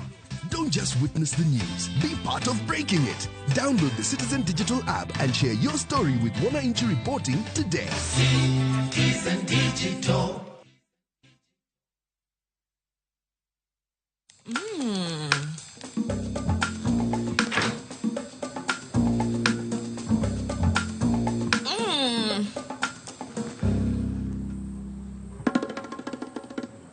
Indulge in the moment.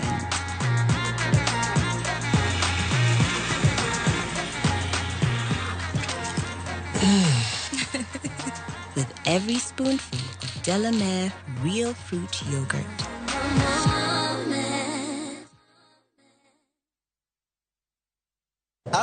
Ma oken mana sigand hera. Dungewani wabiro tumarus.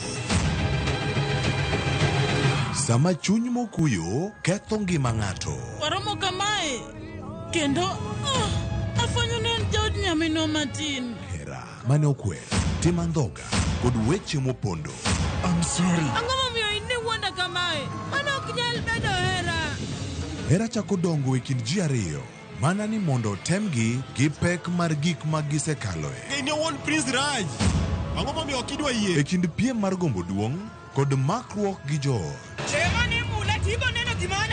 Nyaka ng'ato tim yiero manyalo loko tiend hera. Choti Sardani. Wuok tich nyaka ngeso saa 2:15 otieno. Kuchagua Shabiki.com ikuwe part of your wins. Hii 2025 tunaenda kufly even higher. Ukiwekelea, wekelea responsibly. Not for persons under the age of 18. Authorized and regulated by BCLB 671. You wanna feel the vibe? Ngeso ka ngeso, wakelo ni gik mamit makelo mor. E rogo mar nyithindo kae, wakelo ni talanta. Loso gi lwedo, wapuonji tedo be. Gi moko mamit. Rogo mar nyithindo, ngeso saa 3 mar okinyi, mana e Ramogi TV.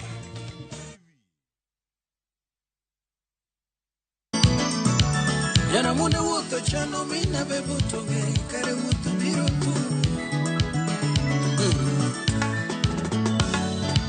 Kare no chenga kendi ma to kare no chenga nyumi ma Lea aliko kare no chenga kendi. Hello nyikwa Ramogi Jwang, ma en Javan Makajudo. Takoni ni mondo me iyud thuma mar Gen Era kaka skiza tune mari. Di mana star 860 star 417 hash to parni Ramogi TV e od jothumbe duto.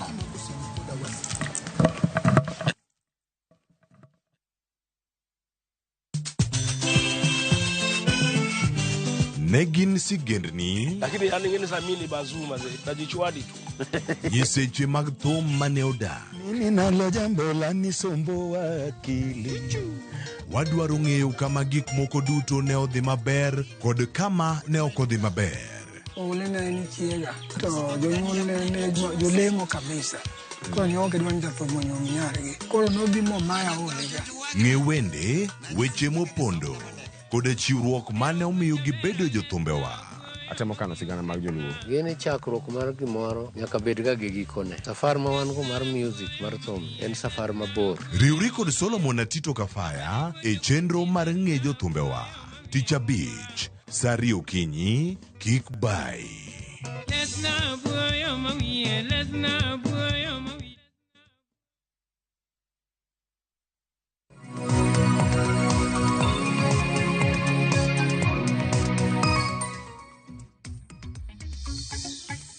Nyakorongo jong bang nonro mano mar gazet gi sani koro wadonje twak marwa e chenro mar rupinyo kiny makawuono wadoro mar mondo mi wapuonjre nyakorongo jong posters nwase ke mbui magwa pono nok neno posters anka mano mar paroni pile ka pile TV mar Ramogi wajabedo gi thor weche mopogore opogore to duto te gin mag puonjo oganda okiny makawuono adaro mar mondo mi wapuonjre samoro in jal mantiere kod lo idoro uso lopi samoro in jal marango lo kata mana digomba mar nyiewo kata uso lo adaro mar mondo mi chik iti ne chenro marwa okiny makawuono nikech wadhi bedo kwa puonjore kotende kod nyiewo kata uso lo nikech kinde mathoth wajaneno ka oganda iwuondi pesa ni misekano imiyo ng'ato kayem nono samoro na chuth katel lal godo nono ionge kod oboke mar lo samoro oboke momiyi en oboke mabandia makta dobno onge bende kiuso lo okenge mage manego bedni irango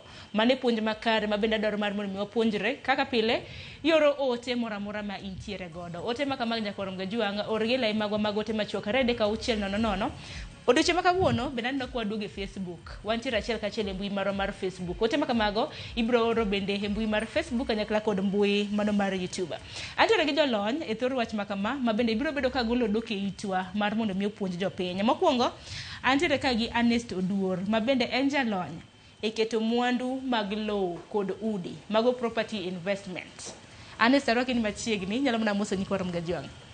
Kamano amoso nyikwa Ramogi kawuono wadwa puonjre weche mag nyiewo gi uso lo.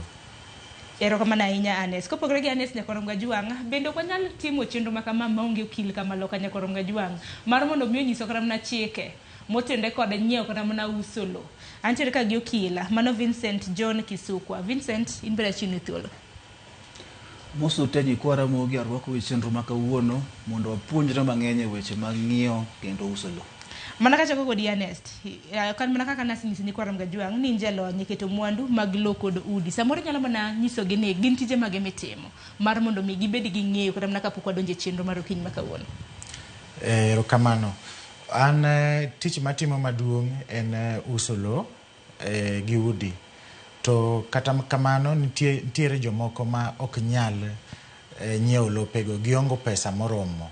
To anyalo timo kata advisory role mar financing, miyo ji pesa mar nyiewo lo. Amakra gi institution miluongo ni HFC, kanye ma antiere sani. To bende anyalo miyo ji advice kaka ginyalo uso lo gi nyiewo lo. Manyiso ni advice kata mana paro kichiwo ne ng'ato, ing'iyo kata mana lobe, tinyise ni puothi ni nyalo uso kama kama, omenda marom kama kama, ung'iyo market value kin mamoko koso. Adier, iwacho adier, luwre gi kama lo no nitie. Inyalo yudo lope moko nitiere i dala kucho, to moko nitiere Nairobi. Koro advisory role atimo ne joma ni e Kenya kata ne jowa mane diaspora e pinje maoko. Erokamano ahinya. To bende wang'e ni kaka okil kama loka Vincent ka rwaki e twak. Ang'e ni nitiere chike matayo kaka inyiewo kata mana iuso lo. Koso onge chike, dong nitiere chike. Samoro kinyalo na nyiso Nyakorom Gajwang kapok wadhi nyime gi chike. Chike nyaka bede wach mag uso lo. Chike mag Kenya mang'eny mag uso lo watach on the Land Act of 2012.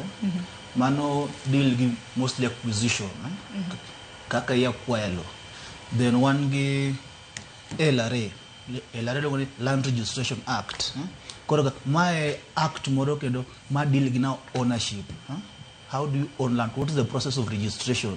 Nikech ga mondi bed gi law mamari nyingi nyaka bed gi oboke miluongo ni title deed. Koro title deed ni ere process manyaka ichaki e okang' ma identify law mi dhi mi ng'iepi mo bed registered e land registry. Koro ma deal go gi Land Registration Act. Kendo wan gi Lands Control Board Act. Ni sami se ng'iewo lo. Be nitiere act moro ma miyo board tek mondo mi gima iluongo ni consent. Nikech ng'ama ng'iyo go lo nyaka yiene ni o transfer lo e nyingi. Lo ke nanga mikake e chiro tichako rwako. There's an entire process ga mar ng'iyo lo. Koro ga magi some of the major acts ma deal gi weche lo. But above all, kendo one the Constitution of Kenya, manigi a whole chapter in terms of land, because again, land has been a very emotive issue.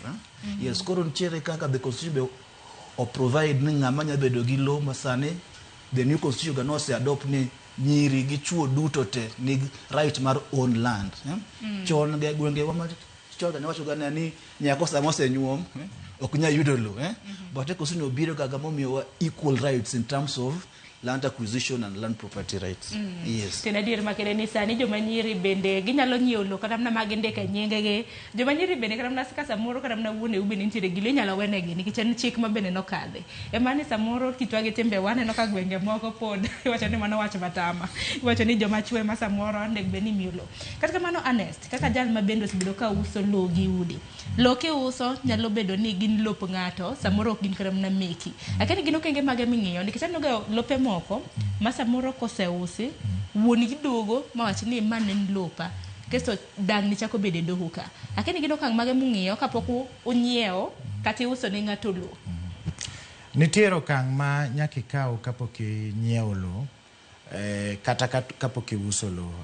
Gi dho ngere iluongo ni due diligence. To kapok inyiewo lo nyaka itim nonro ne title. So ko usemi title tidhi timo gimiluongo na search land registry. Koro ikaw copy mar ID mar ng'ama uso nino gi copy mar KRA pin. Tidhi timo search ka lono en mare. Aito bang'e ken company nyaka irang otese mag company no. Ma iluongo ne certificate of incorporation and also CR12 moting'o weg kambi no. Miluongo ne directors. Kise ng'iyo kamano bing'iyo ni lono ler.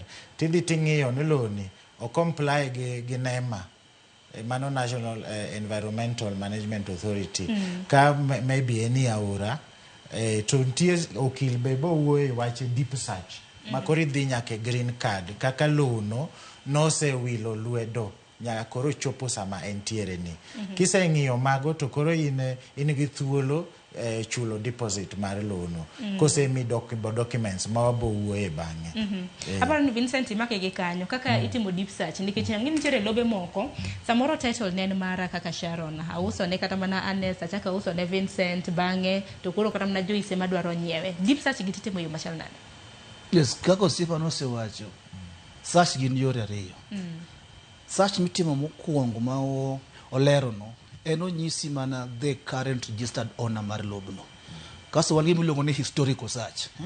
Historical search makore medhie a green card land registry. Historical search dimi history mar land no from the first registered owner kako seringo from whose hands ne mokuongo after adjudication mai ng'ama no kuongo mi lobni to ng'ani ose transfer lobni nenga nyaka koro chopo kuma koro the current owner ema koro yude lobno koro mane waluongo ni historical search o mean the history mar ga lobno since adjudication jadi mose owned that parcel of land mano ga itime ga ng'eny e urban areas nikech urban areas kaka Nairobi, Kisumu kondegi ema ji thoro ng'iyo lo exchange hands but ni gwenge wa mamuolo konigo at times historical search no ok ng'eny ahinya because man lob kwaru kwaru no tho igni ma chon kabisa but ne poko transfer ga lobno e nyingi mang'eny but if you're buying a parcel of land in major cities and towns any important monitoring historical search nikech nyayudo ni ng'ato kana oyude ga diere mokanyo to dhi oyude fraudulently koro kata ng'ama ne kode ni search ma correct nyiso ni ne wuod lobno but kaka gano wakwega lobno noko kwego chik maler. Yes. Aparo ni mano ni kare nikech samoro kata mna ka ng'at mokuongo kata mna mar bedo gi lobno samoro ni lob mano yako kata mna kuom ng'ato bang'e yudo kata mna title mabandia koro title mabandia ni samoro in kori dwaro usni go bang'e wuon lobni kata mna nyuola mage biro bedo ka dhi mbele nikech osenjo cases moko ng'ato nigi title deed ma hie mano mar lo timbi nigi title deed mar lobno kendo koro shida wuok kanyo. Shida wuok ukora e land registries ngama alur mar wacho kamano because do ni sami sayudo title deed ni to ntie wakoche moko kama bedo land registry kuonde gi ok gitene joko e joma be ahinya obiro chapisha ni title mabandia koro in gi title adi ariyo to chik wacho ni iluongo ni there's a prima facie evidence ni ngama nigi title e wuon lo koro ansama se the do kacha tawacho ni my lo pan gi title koro eni mi wacho ni ma ok lopa mo di prove ne court ni ma ok tima ng'wa ma ok lopa koro ga jiringo ga titles ngato ga nigi title but indeed en title mabandia but chik bo mi land register teko ni ka realize ni da title ga mabandia to nyalo ne cancel ni title no ma lobni doke ngama non dik ne go mokuongo mondo the entire process the correct legal process. Lakini honest bende si dori akire kiki makamano e kinde mabende samoro uso kata nyiew lo nikech lo bende nigi weche mathoth e kinde lakini bende lope ma ko nyiew to uso en mana bombe kende koso kata mna imier wana sana wa uso lope mane town to town ka wawe town wawe municipalities so municipalities wanyalo uso Kisumu wanyalo uso Busia nitie ga pek moro uso lope mane mier ancestral land inyalo don ng'ato nyisi ne wanene wapuro ga ka chakrok chon kwar wane puro ga ka to koro kitimo search yudo no lobni en lowo ma en lop jirani uni anyuola chiel to inyalo yudo no kwaru kata no miyo owadgi moro no purga to lo to mare koro mano kelo ga ywaruok ahinya to gimomiyo watemo ga uso lope mane town kata municipality en ni kawa konyi ma iyudo loan to how marach ne I default loan otami chulo lobni wadhi use nango iyudo ne sa uso lo ken lo ma anyuolo dakie dala chiel pogo lobni use dhi bedo tich matek. Koro lobe mang'eny ma uso gin mani taonde ma inyalo uso to nyuolore bang'e tiyudo pesa. Kopogre gi mani dala ma appreciation it is so marginal. Ne kon gwa jonga neno ote magi habro bedo ka somo gi kwa dhi nyime gi chenro makama penjo moro moro mintiere godo samoro ngi penjo ne okil Vincent kotende kod nyiewo kata uso lo habro bedo ka somo nikech chenro kata bed ni walose studio ka in jawinjo marwa in ma bende wageni kotende kod thor weche ma bende wantiere godo Anes be nyalo oro ne ote en jalo nyeketo mwandu mago mag lo kod udi achiedh nade ma bende makwa kako ganda sani ngeni nitiere iwacho ni population increase sani kata mna lope ma wantiere godo kata mna kaluo ineno ka tinde ji uso nyaka ancestral land nen gima wendo chon kana ng'ato uso ancestral land tinde ji uso ineno mana ka ng'ato dong kata mna gi space matin mano bende madwaro mar mondo mi walosi Anes chike mago kata mna uso ancestral land samoro kaka achaka kata mna gi Vincent kano pod ni lemo moro achni lo baba umoro na nigi lope opodi ni koro lobne ni mari kaka Vincent tiwacho ni dwaro use okenge mage mi iluwo nikech ang'e mose bedo ka kila chiedh nade gwenge magwa yuarruok mag lo yuarruok mag lo ntiere gwengewa kabisa kendo ga moso ancestral lands but king'iyo chik maber kuongo wacho ni lo te en mar sirikal all land belongs to the state koro sama wan gi ancestral land uso mar ancestral land samoro it's another process altogether moloyo uso lo manie town because some in ancestral land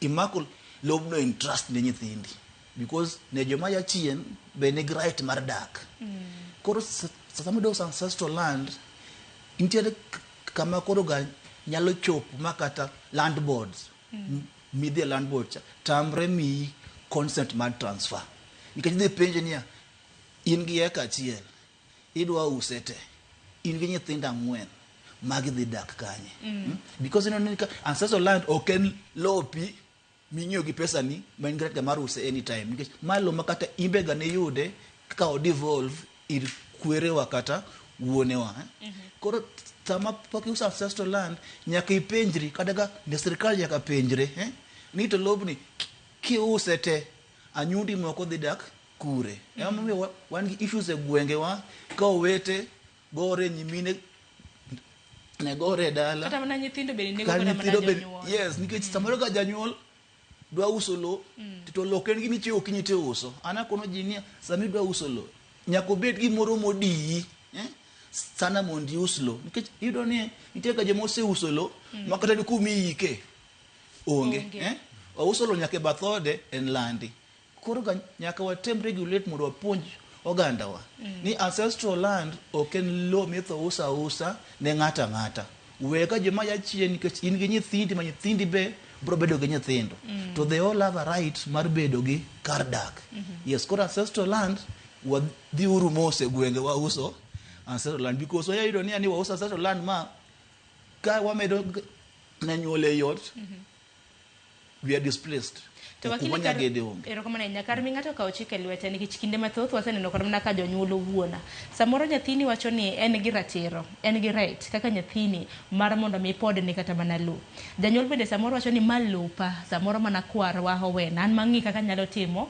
gi lobne kata mana ng'at manyalo uso ne aparo ni chike matayo lo kata mana uso lo mar mondo mi kik oganda kawo chike lwetgi ahinya okang' mane ma ng'ato nyalo kawo samoro kaka Sharon nano ni samoro baba na uso lo e yo mok ni kare to familia bende wan godo maduong' bende nitiere chike monyalo kawo dan kawo yuarruok moro mineno ka koro kelo gwandruok e kind udi yes inyalo dhi e court inyalo dhi e doho mondo stop uso lobno because in ga vested interest e lo sani kaka samoro ni koro ne watiyo Nairobi kai to dhi chopo okang' ma samoro konende ni dok dala to in kichopo dala kachido ne wuoro temang'owa osuso ga lob chate lobno awasini lok mar wuoro nitie gima wacho ni o hold the interest o hold for the benefit of joma ya chien koro sasa ma pok iuso but the rights mar joma ya chien ko bedo na catered for koro if you realize ni wuoro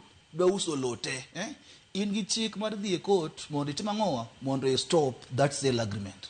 But kata mana chike makamago Anes Ganyalka kod Vincent ibo yiero koda ni chike mag lowo kata mana cases buche ma bende ichwale doho kotende kod uso mag lowo bende yware ga ahinya. Ng'eni Vincent ibiro bedo kinyiso mathoth kotende kod mano. Anes di bende momeni samoro ancestral lands game ok udwa ga uso kaluwore koda chike kade makamago. Asiro gik ma lawyer ose okilo wacho pes lowo mit kendo radore to ancestral land ne kaka wakili owacho en land ma generation anyuola mabiro bodakie. Koro iyudo no bang'e ka yuora osechako betie to an kaka agent ma uso lowo ing'ena uso on behalf of wuon lowo auso ne the new purchaser to mano ema dhi ketho nyinga.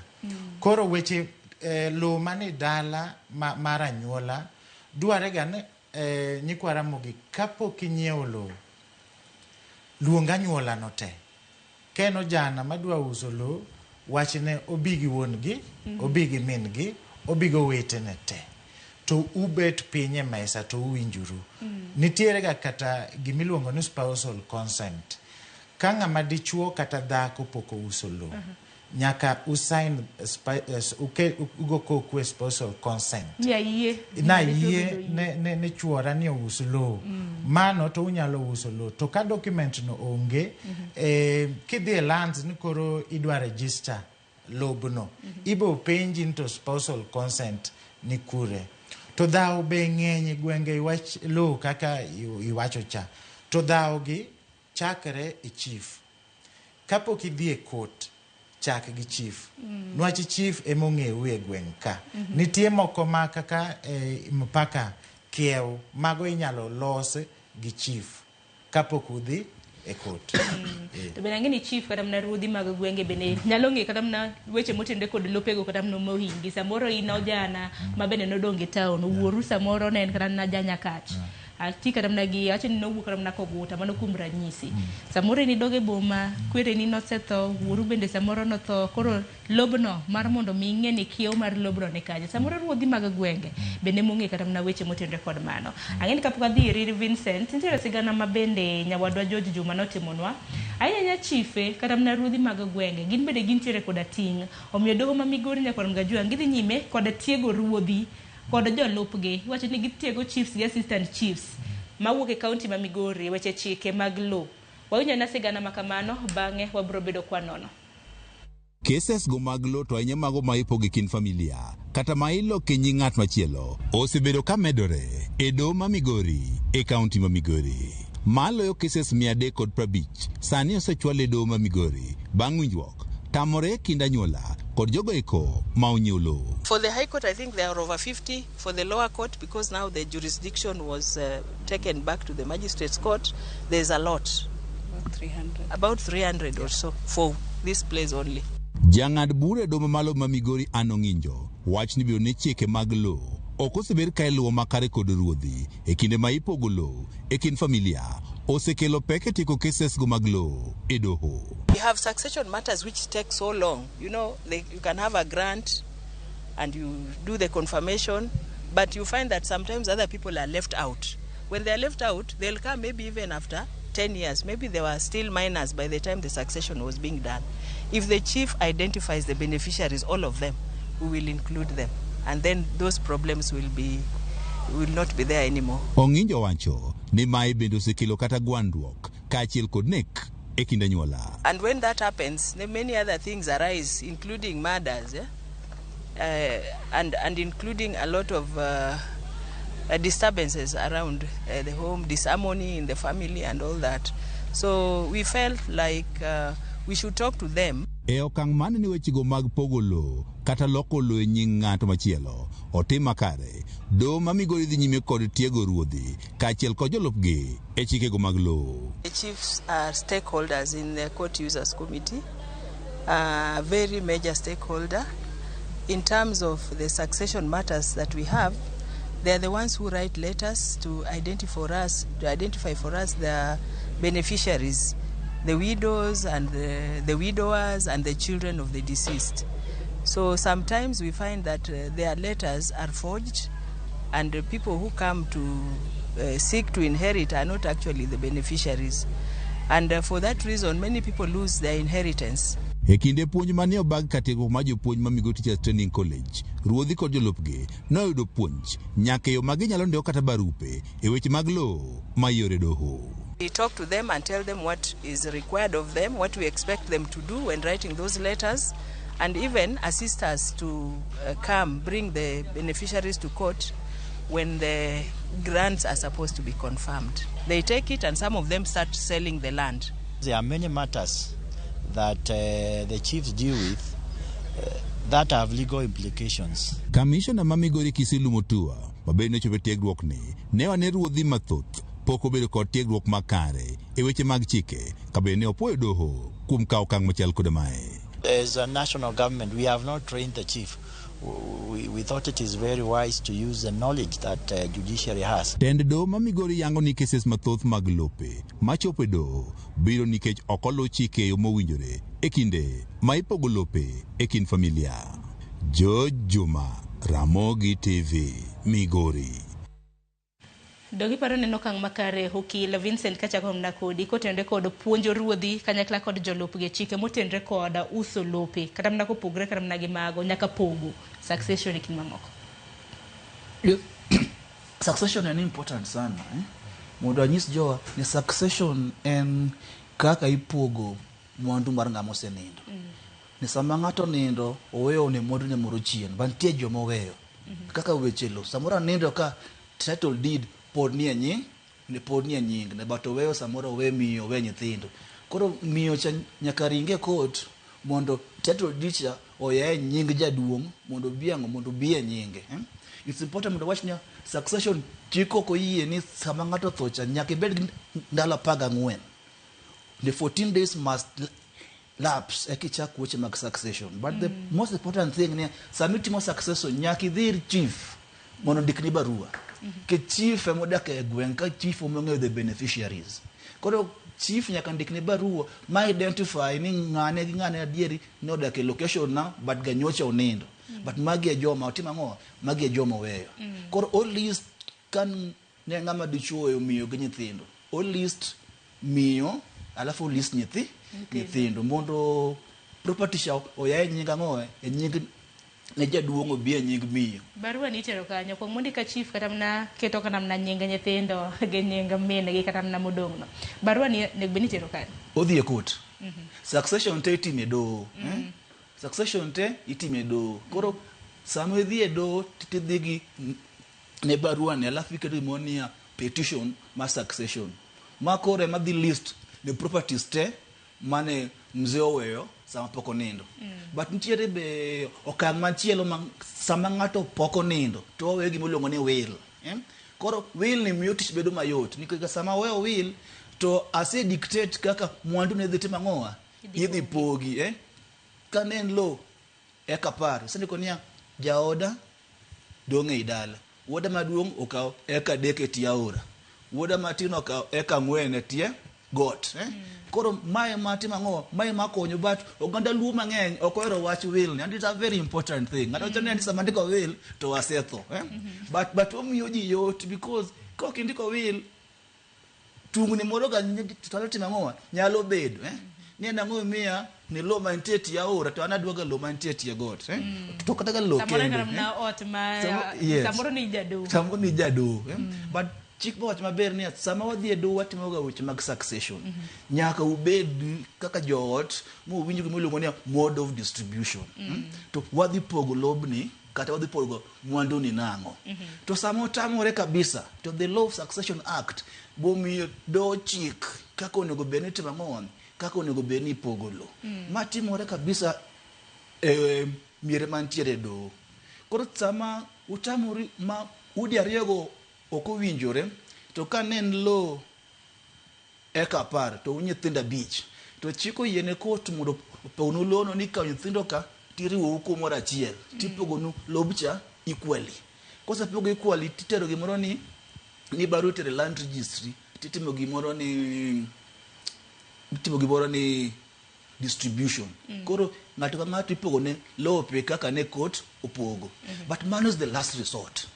court encourage wa ni sama utimo succession to wawinjore te kaka wapogo mwandu ok en lo kende samoro ng'ato nindo weyo mwandu mang'eny koro sama osepogore cha to wamiyo court yot because we just filed miluongo ni mode of distribution to court ne usewinjoro kama tipogo lobni kama to miyo be sama lawyer nying jaduong' obire nying miyo lobno ok bed mar miyo kendo atemo insist ni lo wa hold in trust akini wajana ngidhulu wa hold ne okenge be mabiro koro nyaka itigi lobni ina maana ma ok idhi interfere gi rights kata ok idhi miyo ni joma biro chien dhi koso lo matimore mang'eny succession yes or succeed from one person to the other makaka miyo samoro kana wuon pari samoro kana jaudi onindo lo koro kose the process go chenro go duto te mondike nyingi nyiso ni kata lobno kata bedni ondike nyingi bende nigi nyithindo ka koro kikiti gi lobno marach samoro ni dhi use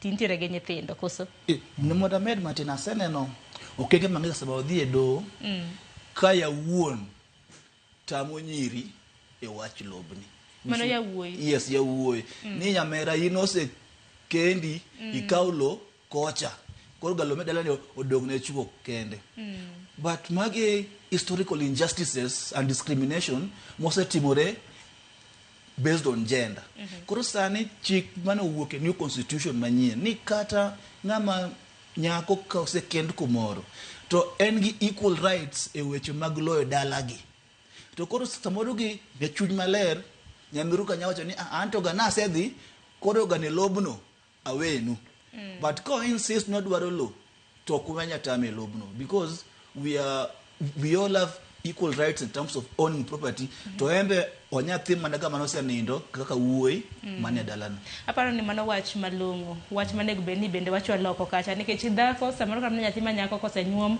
to koro winjo ni en gi thurege en gi kore gi dhiang manego beni imielo kata kama nandes karo yoro network makama chief bende nigi wacho ni gidholiech important role to play nikech chief ka idime bende ibro bedo kithego familia mabende kedore osebedo ka kedo kotende kod lo to chief moko bende nyaka samoro koro wasok wangi mibadhe samoro ido ka ot nene dala man ne nigi doho samoro wuoro na nigi kata mana mon adek to bende mon adek gi bende nane gi nyithindo to nyithindo bende yudo lo pok marom gi mano mabende nyithindo wetegi biro bedo kayo lakini mano bende walosi kotende kod ratiro mabende chife bende nitiere godo kaka jal mabende sebedo kata mna kaka investments nikech ang'eni kata mna kopogre gi town mag gwenge bende wamuol chife gi nyalo chopo kama koro nitie conflict of interest nitie mibadhi moro iye kanyo iyudo ne chief en wat jogi to ka jo wuon puodho ne pod ngima to ne nitie ywaruok kindgi koro inyalo yudo ni chief ok en ng'at moro manyalo resolve dhawo ma kind familia ni koro berga kata ka family member achiel odhi e doho to wacho ni chief ni okan go kod gadier e wache pogo lobni mano be kot nyalo ga winjo to kata kamano aneno puonja en cha en Homa Bay koso Migori mipuonjo chiefs ya berga ka chief kata ka en achiel kuom oganda kata familia no dware ga no obedo ng'at moro ma okonindo konchiel to kata kamano inyalo yudo ne jaduong' nigi nyithindo moko oko nyithindo moko ni dala ka to will nyalo ga bedo contested kata okil bo wacho ni iyudo na nyathini ka noweye oko to fwenyo jaduong' otho to poko miye lope onyalo ga dhi e court mo wachne an to nan wuod jaduong' ni bora no nyalo prove ni mano ne wuon gi tib imiye share mare to kata kamano berga ka will ni ondike gi wuon lo dware ni witnesses be nitie kata ko kaw chief bedo witness gi wede mamoko go kil bende IT yango iwacho nene ng'ane malupi nyara malupi mondo giduto gite ging'e ni wuonwa nopogo ma to bende berga ko yange instead of kete gine kete gimo pand onyalo buogo ji mbele ka bang' jaduong' nindo to bende kata mana kopogre gi mano bende waseneno kata mana kopogre kata mana gi gwenge magwa kopogre kata gi kaluo bende waseneno kata mana ka ng'ato osenindo to nyithindo bende samoro nonyuolo oko okabiro ne wach mana wach succession gin bende gidwaro mar mondo mi gilar lowo. Ote mathoth ma bende aneno ka donjo en kotende kod achudhe mabedo sebedo ka wuondo jopiny mar mondo mi onyiew lowo. Kisenyiew lowo bang'e twinjo ni lowo makamani biro bedo ka idaro wiye. Cases makamago bende Vincent waseneno kata mana buore Nairobi. Lowo isedagi kata mana thuolo malach bang'e iwinjo ni lobni ne en mar ng'ato. Dong mano noneno kata mana kar dak moro yo Eastlands koni miwacho ni puodhono ne en mar anyuola moro to ng'ama nouso negi ema nodhi ataro mano mar chik. Akia ni wach makamano diwacho nang'o ngoke mabedo sebedo kata ka wuondo oganda. Kaka nwachako wacho ne mokwongo kapok ing'iewo lowo wachako wacho gibono ne tim due diligence. Due diligence ni en ewi kaka ng'ama dwa ng'iewo lowo. Ni to lowo ma adwa ng'iewo nikech nyaka identify lowo. Lowo ma adwa ng'iewo ni ng'ane onyisa ni mae lope. Then ere kaka adhi ascertain ni mae lop ng'ani. Nyaka ikwonge tim gima iluongo ni due diligence. Due diligence no en koro jowa due diligence en ikwonge ng'iyo nonro nonro mar lobni mondo ing'e adieche. But jowa mang'eny ohero shortcut. Nitiere gima iluongo ni okil nikech magi e achiel kuom gik ma wasomo sama wadhi e skul. Koro sama idwa ng'iewo lowo dhi many okil ma in go machiegni to nyisa ni I identify this parcel of land madwa timo ang'o madwa ni akaw. Koro en ewi okil manise kawno mondo kuongo tim ni investigation male otim ni nonro malere wach lobni kapok keto pesa ni mora mora mondo make sure ni matimo ang'o mailo maber. Sama isekawo okil to okotimo ni due diligence ni nonro ni to iyudo ni okil now becomes liable okil koro nigi duok monego bedni omiyi mar adieri. Kotimo niga marach then inyalo sue okil no for negligence. But ne jowa mang'eny identify lowo en oringo osedhir chief odwa ng'iepo. Before ing'iepi kuong itim nonro maler mondo iyud ni mano lop mar ng'ato nikech kata idak e lobno higni 100 kata higni 50 to dhi oyud ni yudo lobno e yo mok kare to wuon lobno nigi ratiro mar cancel ni the cancel ni title mar lobno ma lobno doge ni they can do this through the due process of the law modhi kod mo make sure ni yudo lobcha e yo ma fraud. Samo sebe ne yo ma fraud kata managi a title deed to title deed moyude e yo ma mibadhi en title deed maonge teko moyo kinya tiyo ni wuon lobno. Makoro nyiso ni ng'ato kapok onyiewo kata uso nyaka ukil bede nikech okil ema koro biro bedo ka konya timo searches. Ber mondo okil bede. Kinya samoro ok nyal chulo okil. Ema nado biro kanya affordability. Ngena affordability is also an issue nikech wacho ni rates mago kinde bende ni malo nikech mar mondo mi okil bende timni searches en dang'ni modwa dang'ni godo registry offices makamago. Samoro biro bedo kinyiso makamano en mana ni ane simbi ng'eni kinde ma uuso kata nyiewo lowo kaka jaket mwandu nitie kaka involve lawyers bende. Watiyo gi okil mang'eny to kapok wiya wil nitiere ing'eni kibedo gi lowo ber bedo gi lowo en ni inyalo ga tere i bank timi loan koro mani iluongo ni charging kata lobni inyalo ga mi pesa imiyo muom minyiew lobni koro inyalo yudo ni sama koro itimo search lands registry dware ni ting'iyo to lobni en e bank mane. Title nyalo ga betie in gi title lakini obedo charged bank omake nwach pesa moro mane wuon lowo kawo. Koro ber ahinya kidhi bitimo search bineno kata keni bank jomoko ng'iyo title to wacho lobni nigi title aseneno en gi title aito dito nyiewo to bang'e bank peye nwach loan ne nigi loan. Koro mago gik ma waneno mang'eny to wa advise kata joma nyiewo loan ni nyaka to gi luong wakili mondo wakili okonygi.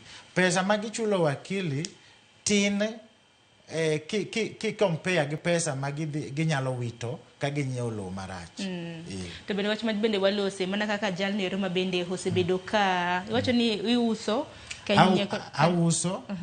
auso on behalf of jomanigo takonyogi kata yudo pesa ma ginyalo nyiewogo. Nikech most cases iyudo ka ng'ato samoro nigi dich kumoro kata mana gimoro diye, samoro dwaro chulo bill mar osuptal, samoro dwaro nyiewo nyamburko. Ono ka tinde ikwayi title deed. Osuptal kachi wacho ni we title deed mari kanyo mar mondo mi gidong godo. Samoro bende un kaka samoro bende uchiwo gowi donge. Samoro ko uchiwo gowi, samoro bende udwaro title deed. Samoro nyalo lose wi mano nikech bende wajaneno cases mathoth maka ng'ato lona kata hola otame chulo to koro dong godo.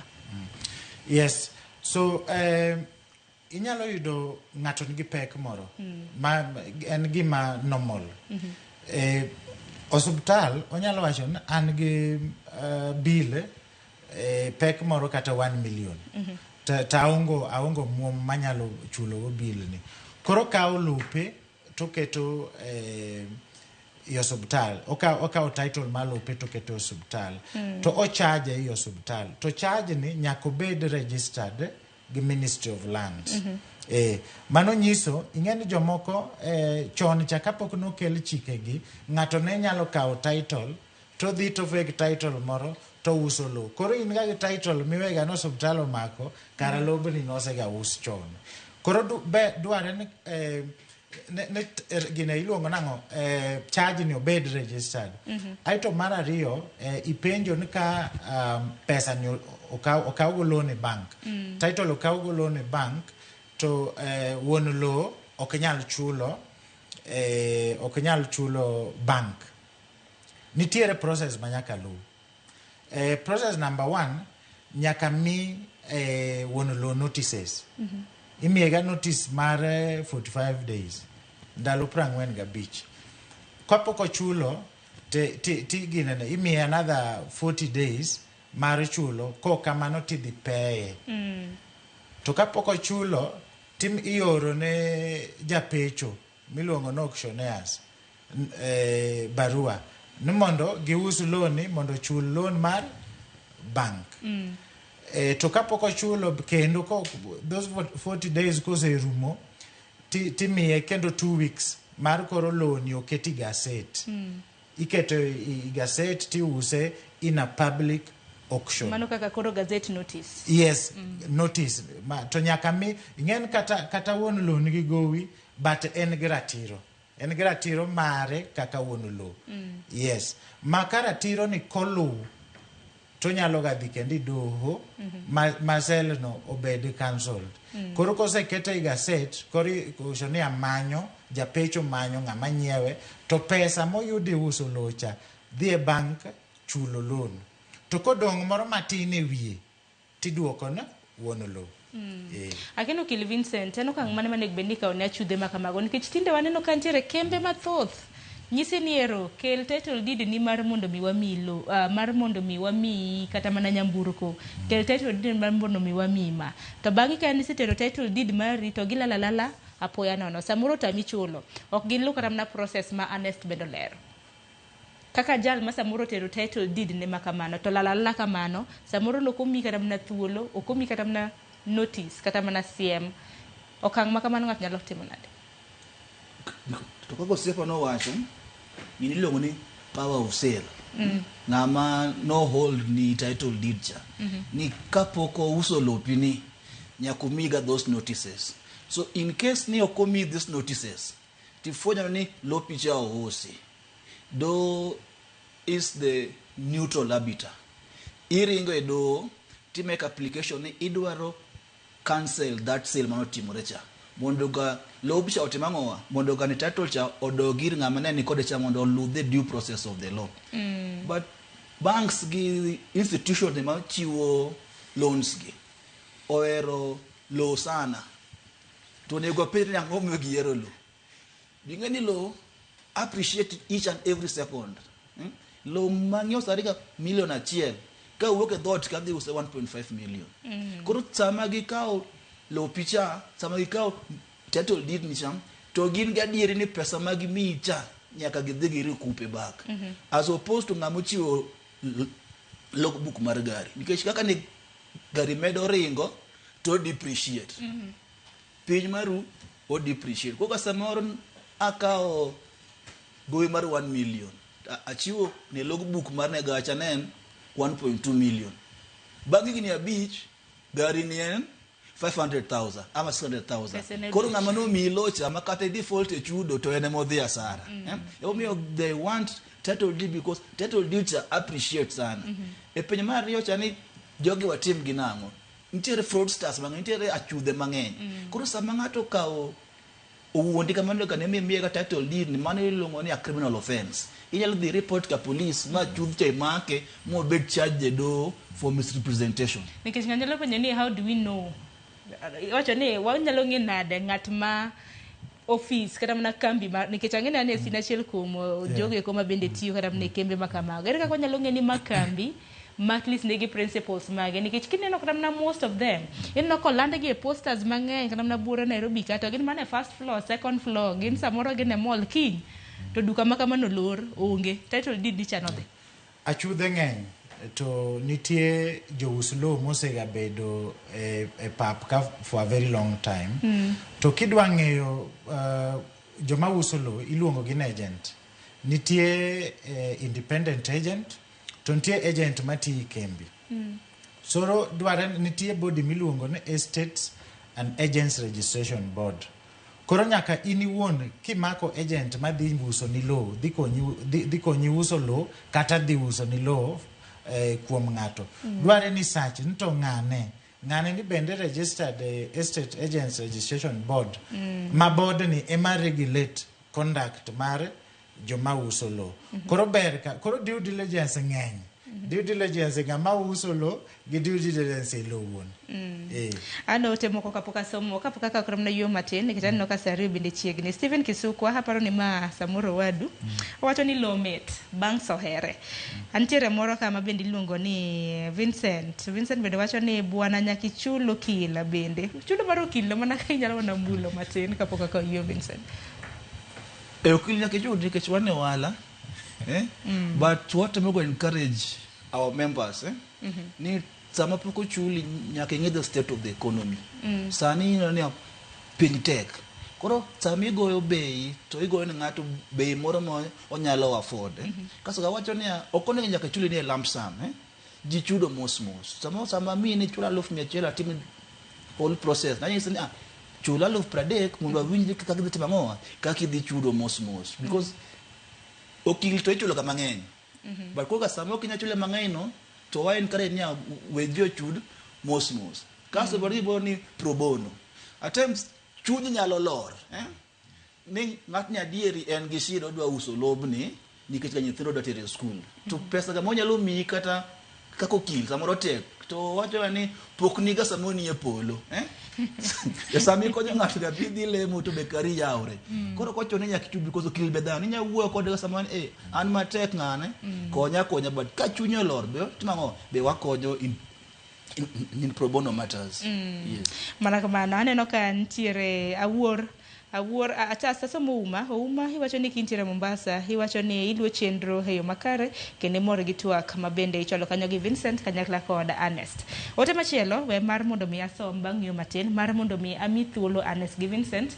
mar mondo mi oduoki eyo makare eran no ka useket na achiel kuom gi wa asom mano Shemotho hiwacho ni yore Sharon ano bila Shemotho ilwa twak Sharon kapok ng'ato nyiewlo to onego tim nonro hidendo ni search iwacho ni nyalo penjo jok ma odak machiegni gi lobno ji mathoth osenyiewo lo asiema mar ariyo fake title deed tinde thoth bende wacho ni nyaka watang' kod achudhe mathoth achudhegi osemiyo ji odere nyithindo odong' kiye mogik inyisa kanyo ni nyiewo lo ok dwar haraka mapiyo watim nonro malong'o kendo wawe shortcut andika bende nyaka itim kokalo kuom chief kata kuom okil. Aparo ni mano paro maleo apani Ernest gi Vincent Samuru yieru godo donge.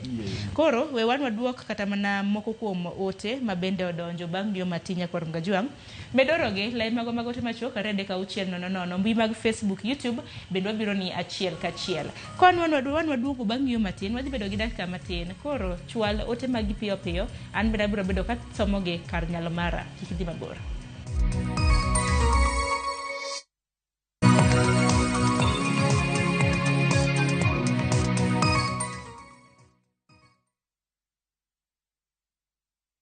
Explore the Holy Land this Easter. Now View Travel. Embark on a 6-day Jordan adventure. Celebrate Easter Sunday Mass at Jesus Baptism Site, Mount Nebo, where Moses saw the Promised Land. Explore ancient Petra, tour Amman City and the City of Mosaics, and stargaze in Wadi Ram's enchanting night sky. All these and more starting from $1,490 per person sharing.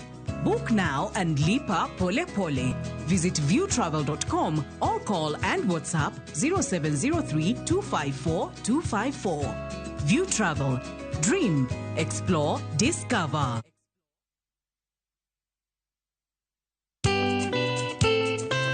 Geso kangeso sa pargachiel mamidhiambo.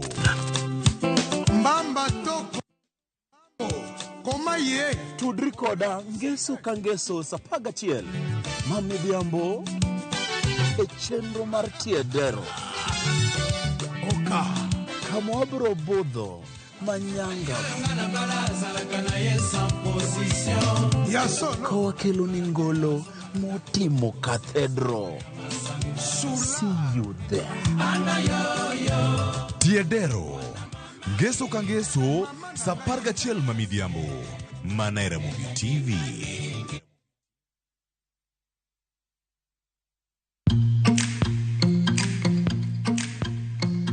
Be ing'eyo ni seche maber moloyo mag liedo gin bang' luokruok. Tegno mar pien patwangi nyalo diko wembe, omiyo lao patwangi mokwongo nyalo konyo e rieyo ni yie tiki.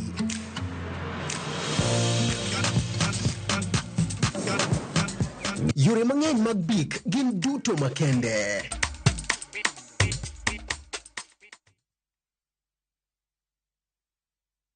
Love is a beautiful thing, and this February, View Sasa is all about love. Watch Boy Child Under Siege as Ochi and Linda get ready to eat a nicely prepared meal. Kuna mtu ameita zimamoto? Of course, Mr. Firefighter. But Linda's parents ruin the moment. In Love Bads, Annie and Farida fight over Jimmy's love and attention. So is this all about the movie? It's not. It's either me or her. And in a brand new season of Monica, Monica's love for Mariga is unmatched, but her obsession over Bob is undisputed. Watch all these and more romantic stories only on View Sasa. I miss your touch.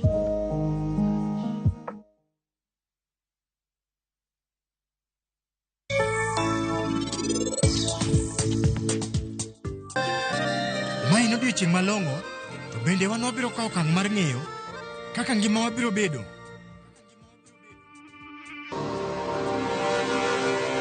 Owe mar, it is tasteless. Omera, gima wakelo ni ema nyaka icham. Bende winja maber? Ere kaka nyalo chich gi Raj? An ang'eyo Raj maber. Ok onyal timo gimoro amora marach. To Kushi, Prince. Indulge in the moment with every spoonful of Delamere Real Fruit Yogurt.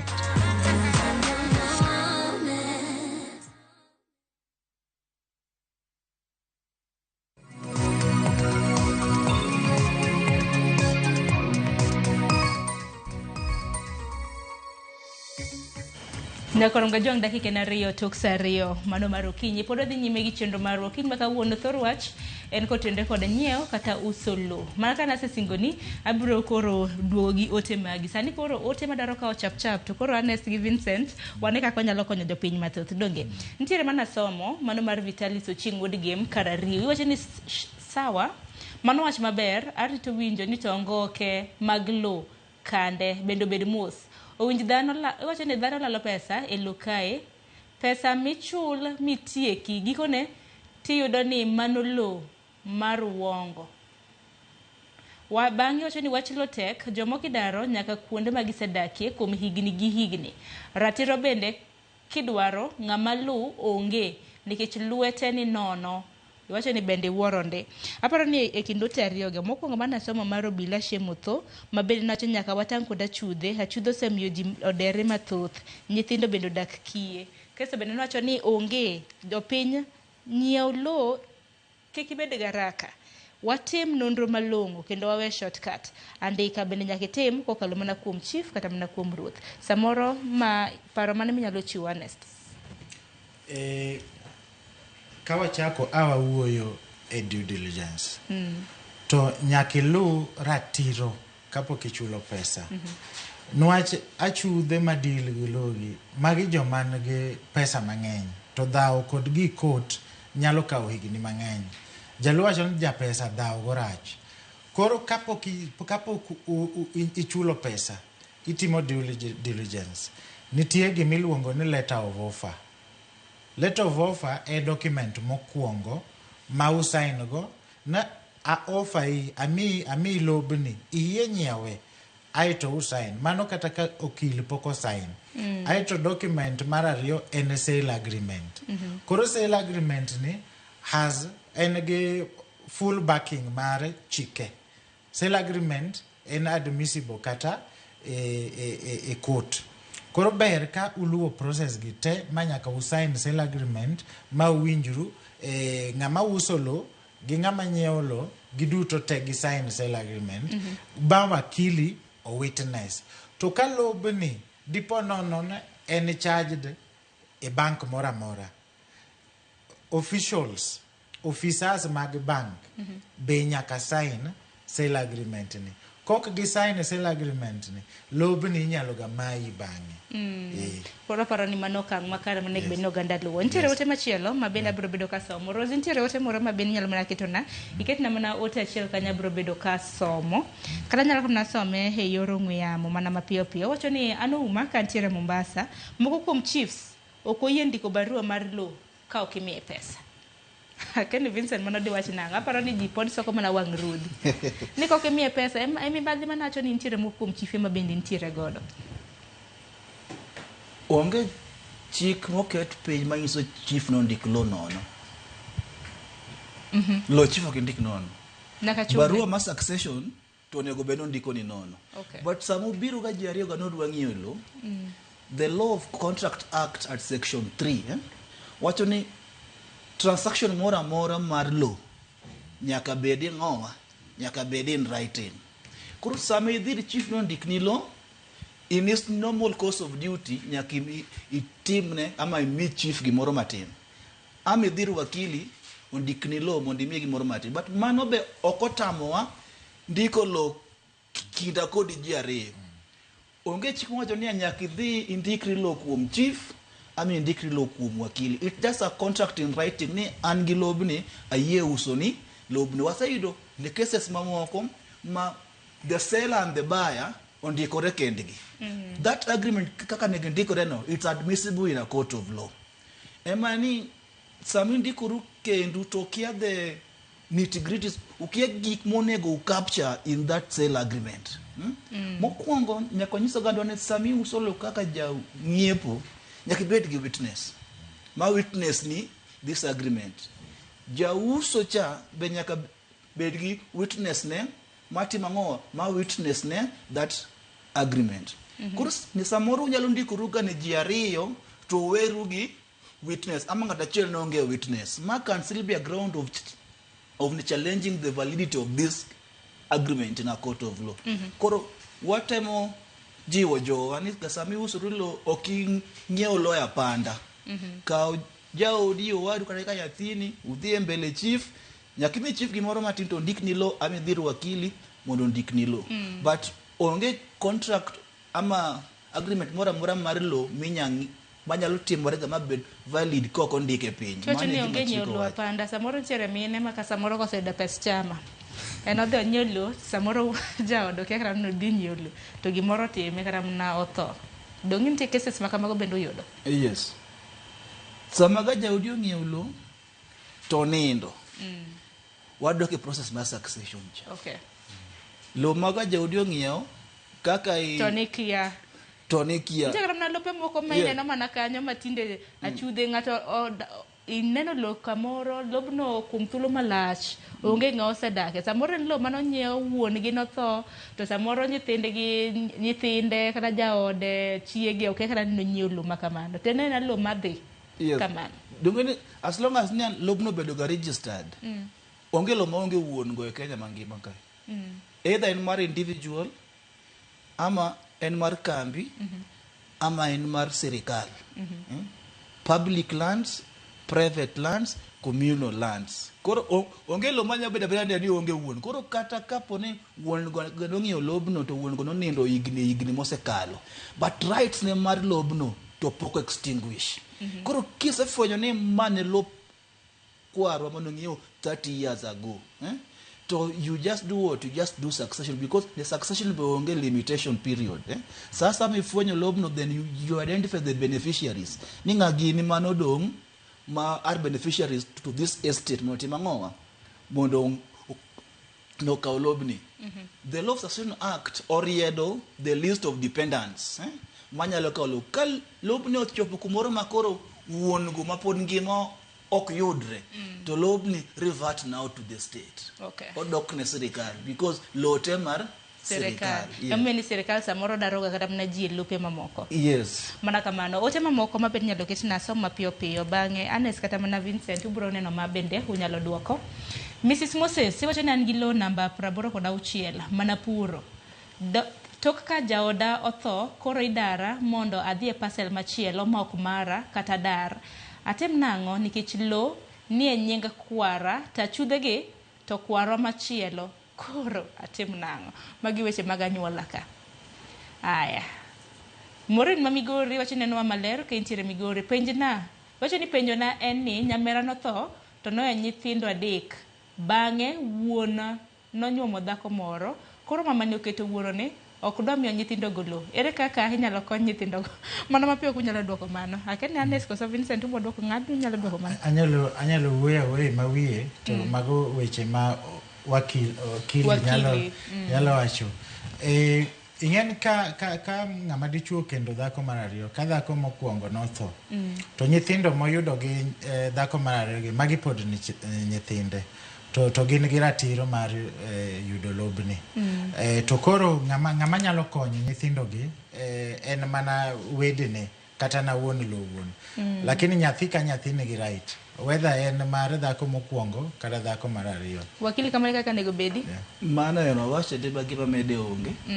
We awuoyo penjo mokwongo cha. Okay. Mar lo namba 86 mane opuro apani wacho ni mana kinyalo ketno ote mokwongo no ni an gi lo namba 86 mana puro toka jaoda ne otho koro idara mondo adhi e parcel machielo ma ok mara kata adar atem nango nikech lo ni e nyinga kwara tachudhegi to mag kwaro machielo.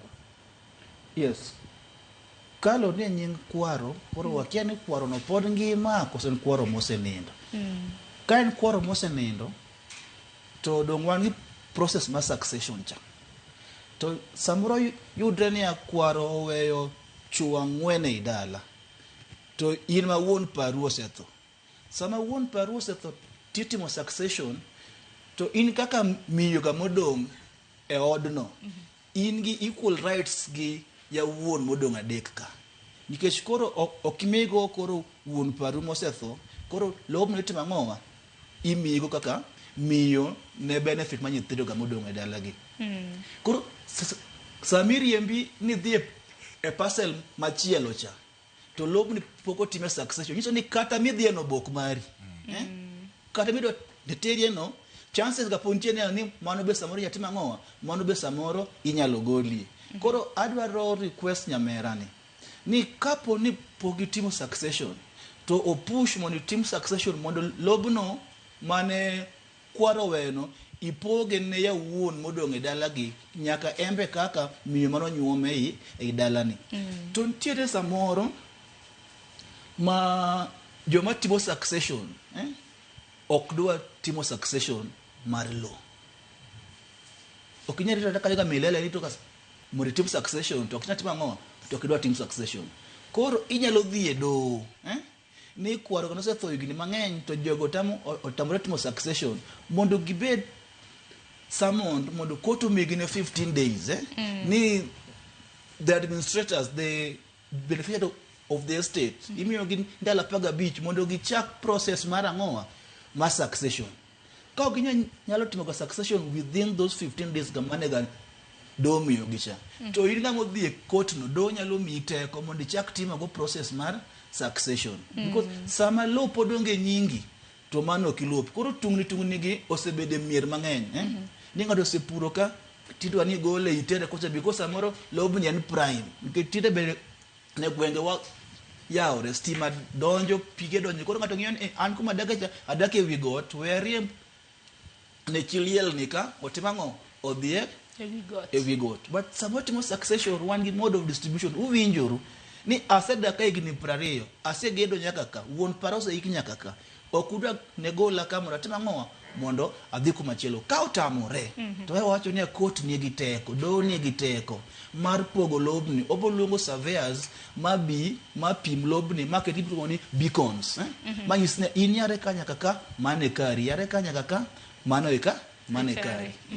Apara ndoho makare ote mamoko mabende nyalo bedo ka somo kinyalo ketna moko kuom ote mabende nitiere kanyo oyawre uru kanyo nitiere lo mana nyiek mama ouso ka watindo to ndalo mano uso no janyiepo no kao thuolo no koso wacho ni thuolo no momedo kamano okusne map to ground ten macha asetemo mondo alose to otamore. Please atim nang'o nikech asewuotho kaland to pok ayudo konyruok. Ote machielo wacho ni ka title deed mar ng'ato somo 0.4a to green card to somo 0.16 size mar adier mar lopni en size mane. Honest aparo ni mano waduoki nikech bende naneno ote moro ma ng'ato nacho ni green card map gi green card pogruok ni kanye. Noe nitiere ng'at macho kanyo mana kinyalo ketna ote makamano nacho ni kaka title deed nikech ang'eni un bende deed gi title deed mang'eny donge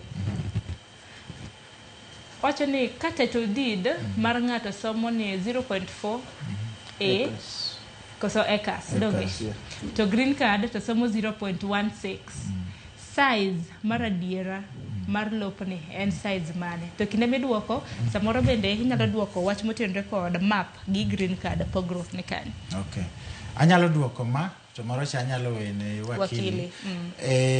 Nitiere measurements mag lo, nitiere acres to nitiere hectares. Koro thoth ji ong'eyo measurement in terms of acres.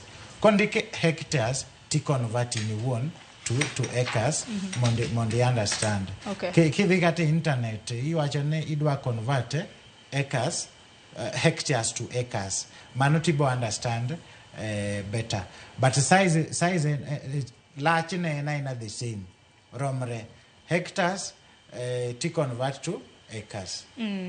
Ano ka thuolo bende ng'ado wakanyo wakili donga sema moko kuom ote ka sebang ubro bedo koduoko iwacho ni radha koti ko chenro kendo ketna moko kuom ote mabende nitiere kanyo mapiyo nikech koro sama e wang'wa.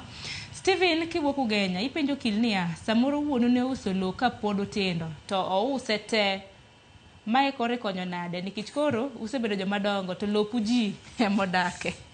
Aparo ni mano is one of the concern mabende nitiere gwenge magwa. Urka koro usedongo ku realize ni uonge lo.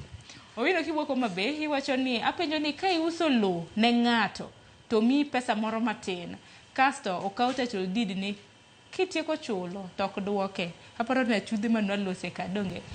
Asomo ote machielo to adhi akaw hola e bank kasto hola no otame duoko. Inyalo riembo lo gi bank. Iwacho ni inyalo riembo lo gi bank. aparo ni kin gi hola mar bengi to tami chulo ka nisewe title deed bengi nyalo rimbu we lobno maka lobno samoro mausi aparo na soma mugi ka auso lo ne ng'ato bang'e oketho winjruok atim nang'o aparo ni wakili machak kodi gi weche mabende gi penjo ero penjo mogi ka ng'edi penjo to ng'eny nego bende wuok ka chenro mamoko nego ni dhi nyime ipenjo kilni map gi green card pogruok ne kanyo aparo ni wakili machak kodi gi wach moro amora mabende diher lero ne nyikwara Mgajwang' samoro mapoko penji samoro mano penji to kwasom achako di Vincent we kwa kony ga ne joneno kind hectares gi acres e yo machuok eka ariyo gi nus en 1 hectare 2.5 acres is equal to 1 hectare mano wang'e kamano chuth koro ne loke no kik mi pressure ken 0.4 acres kore gaga go kwan kin map gi green card wacho ni green card miyowa history mar land ownership weglo ni lobni osewuok e lwet ng'a odhi e lwet ng'a the essence mar green card nyisi ok wuon lo kata masani wuon ng'ata mosebedo ni obedo wuon lobno mane bo yudo e green card map nyisowa chal mar lobno e ground sama un gi issues kata mag boundary to udhi ung'iyo map map kendo konyo ng'eyo kata ka ndara moro kalo atimang'o okale lobno koro weche map gi sana ng'ama dil kod iluongo ni surveyor en be obmanye to mi map ni registry mondo tang'ni ni to lobani obedo ga nang'o e ground moro wacho ni ikaw loan e bank to tami chulo koro openjo ni bank ganyalo ga riembie lo michak riembie bank kocha bank bigi a whole process mondo us lobi sama ikaw gowi e bank tiketo ni title deed ni un agreement gi bank to bank dhi charge lobni charge no biro mondo replace miluongo ni mortgage chon ka ni kaw mortgage to imiyo bank lo nyaka chieng' itiek chudo mondo bank oduok ni lo charge to interest mar lobno ok extinguish ok rum nyaka itim ang'owa nyaka itiek chudo nikech sami lo bedo charged ok igole nyingi bank medore mana kanyo kaka achiel kuom wuon lo koro ka chulo gowi cha utami to onyiso ber ni bank bro mi notice mokuongo ni ng'ane ka ng'ane isebedo in default pok chulo lobni kaka ganwa winjore for this number of months koro wa mean notice na ichul gopini within the 90 days ko mean notice ni to okichulo lobni bank koro migi mo ni power of sale in a land act at section 96 ni koro bank bro uso lobcha mondo timang'owa mondo recoup pesa nicha but to pesa mano misha but benya ko par ni ane samoro ikaw gowi mar 200,000 to sama value the pimo lopi yudo ni lopi en 1 million koro sama banko uso lopi cha to oko benefit a profit 200,000 gi interest ga mose yudore cha samoro koro ochopo 280,000 mane mitima ng'owa mane ma bank kaw to modong e wieno to bank tima ng'owa bank duoko ni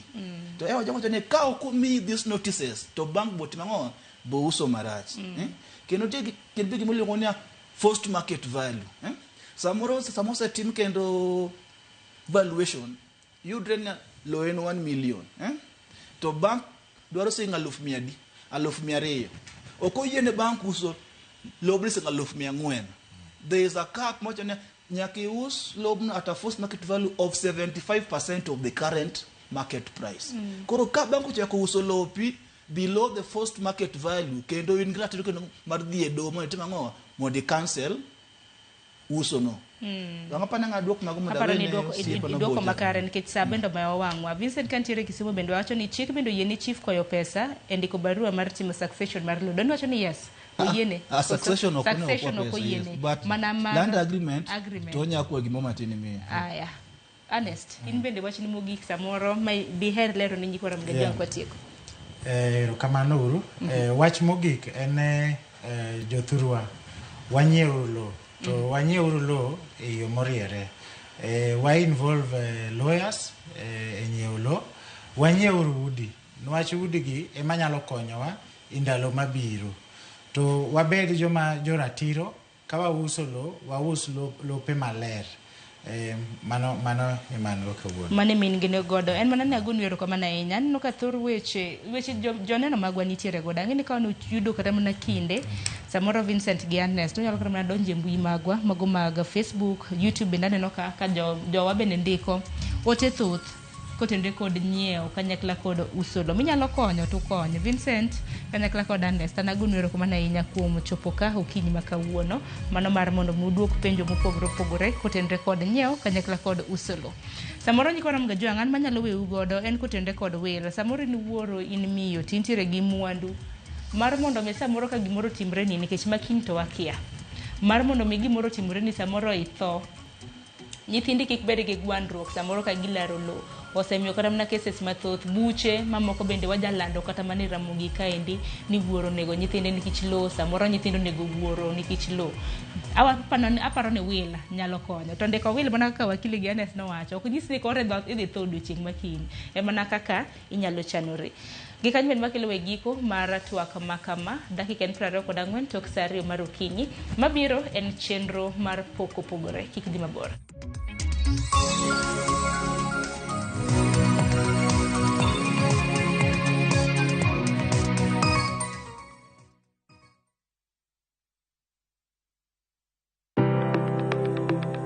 En gima konyo e ngima mapile, to ken gima ng'ato dwaro e ngimane. Bedo gi ngima maber miyo ng'ato dak e ngima maber. Kapok achopo kama dhi osiptal mamiya yath, ang'o manyalo timo. Riwri gi Ruth Otieno e penj laktar. Ka wakelo ni paro mag jolony, paro mag reso ngima ji, kod sigendni majiwo ji. Sickle cell en tuo mawuok kuom jonyuol. Koro ka ji pok okendre, ji onego gidhi e pim mondo ging'e ka gin gi jin mar sickle cell. Kochakore gi lony manyien mag thieth, nyaka e yore mag thieth makonyo. Wan gi gik moko duto madwarore. Ka iwinjo kaka iwuotho to kawira maki wi bari seche te idhi adhi osiptal wacho ni an adwani mondo kawuono pima remo. Penj laktar. Wuok tich nyaka tich abich, saa 12 odhiambo. Mana e Ramogi TV.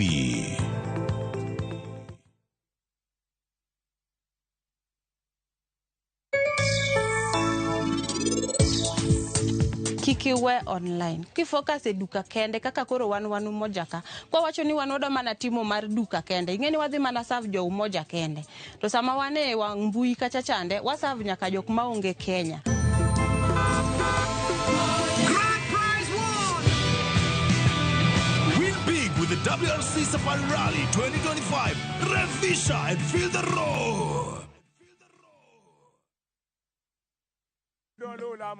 Bed kodwa e wuodhni ka wanono kit timbe mag anyuolawa.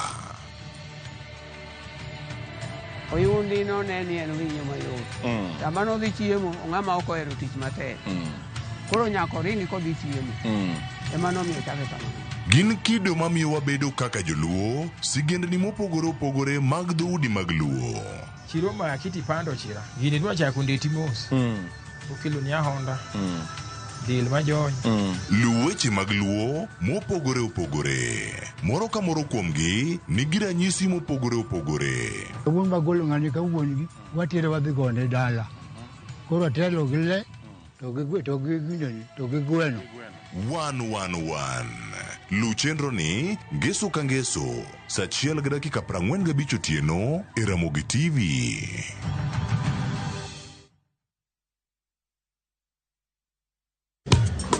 Ticha beach kocha kore saa 4 otieno nyaka saa 6 lakini ni mixes maliet kabisa mag luo rumba luo bend ka chil kora jawa maliet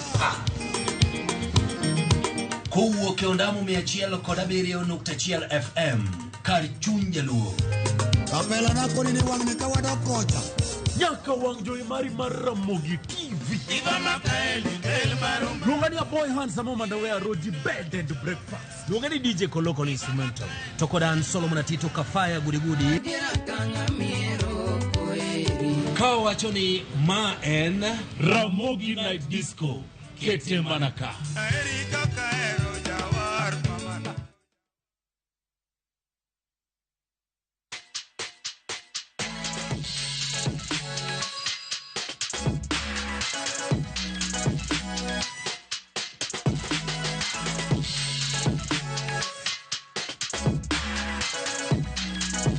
Nyakoram gajonka moro mintiere machiegni mae ni chenro mar poko pogore chenro mitayo kod an Sharon Ongao. Okiny makawuono chenro ni akilo ni kantiere chiro mongere kaka Mwariro mantiere buore Nairobi kae. Lwedo mwantiere godo chweto nyakoram gajwang to lweti inyalo tiyo godo kod pok mopogore opogore. Okiny makawuono pok mabende daro kilo ni en pok mano mar chwecho. Nyalo bedo no chweyo gik mopogore opogore. Wabiro bedo kwa ng'iyo chwecho mano mar okapu, nitiere wuoch, nitiere bege e kinde mamoko. Omiyo arwaki ni machiegni. Antiere gi nyadendi mabende osebedo ka timo pok makama arwaki e chenro mar pok opogore. Mana ka pile kwa chako inyalo chako gi nyingi tinyakanye. Nyinge luonga ni Ana Brenda Mirimbo. Anya Wagire Migori. Yeah. To Ana Brenda, bure Nairobi ka hata manangi kone gi gik mitimo, in thuolo mano mar lero ne gi kit pok ma intiere godo. Atimo art and crafts, atimo modeling, atimo designing, atimo beauty therapies. Nikech mago gik manasomo e college. Lakini art ni mae kaka koro minano ni iye kae ni, mato mana gimobira bire wiya. Like kaka koro dibedi piny to wach ni an adwa timo gima kama gima nasomo ni e school sana ne beauty therapist. Modeling to mano gima an godo chakre embe nadhi ne school kasetieko high school na koro samoro mane college cha kaya e college tan gi classes mag modeling be. To Brenda kanya mna penje di pok makama ni chako karango 2023 ya mano after college emana chake tich mar mai modongo to ne ni mana kanyo seche mana di school tatimo kamano mae specifically tachako 2023. Dibe ni pok mentiere godo kae bende makilo ni yuto mae mayudo godo mae mayudo godo Kenya mar mondo mi chako ohala e chiro mar Mwariro kae kene ginango gini mano kawi okang mano mabende ni goyo mondo chako ohala e chiro ni like nochuna ni nyaka first ang'iya ni chiro ni kaka chal like mondo koro ka products na ang'iya ni kabe ginyalo dhi alafu kuma chiro ni nigo ben machiegni gi kuma nyalo yude ohala moro mathis emana ang'iyo kamano tachako mana gik moko mathis kaka sandals nokachako gik moko gite nachaka gi sandals gi mag maseche gi nachako ka uso ge kende alafu after that achako dhi kamedo uteo gi amedo makuti tema alafu achako medo mana kama kaka gikoko no dhi magi kae nikech kano chako chenro makama Brenda samoro no kolero ne nyikora mgajwanga na nyiso gini wanchiro Mwariro samoro nyisi gini ma chiro Mwariro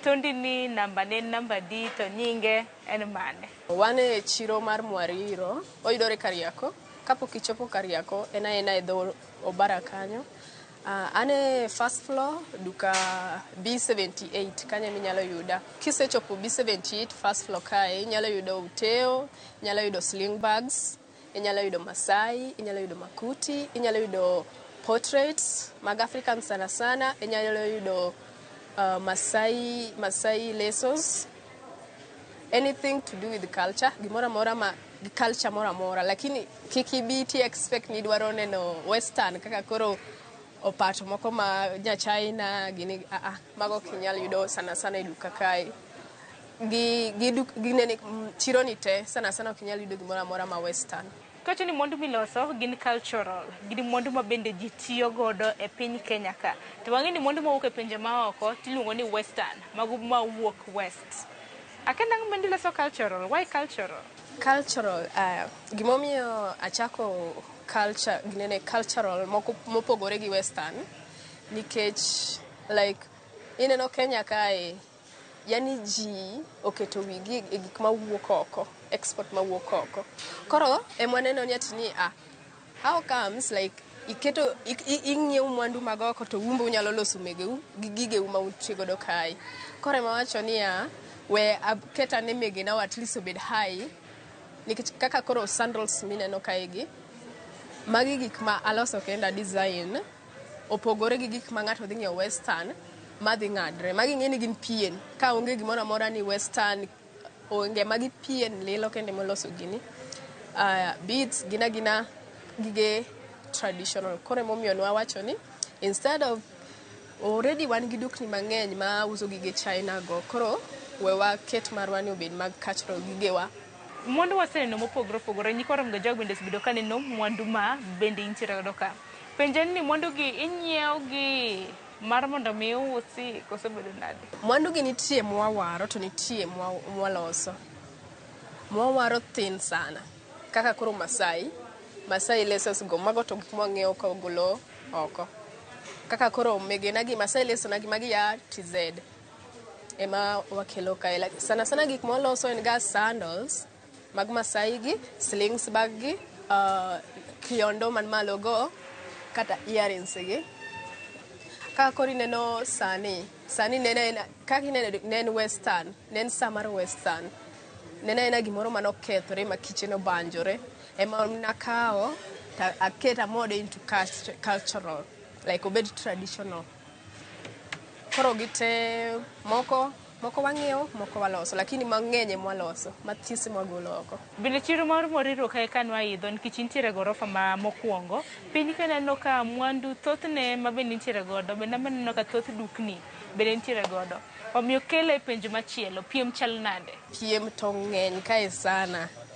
Kaka koro inyalo yudo kila kibanda mora mora mantiere iye kae, nyaki yud uteo, nyaki yud makutigi, to nyaki yud kiondo. To koro in eming'e kaka inyalo keto gige ni mondo stand gi. In eme king'iewo makuti, nikech makuti te mantiere iloso gi leso. Ntie design moro miketo, ikawo leso tiketo iumo gi godo. Lakini koro megena na wacho ni instead of kawo leso no, at least I'll stand gi aket beads.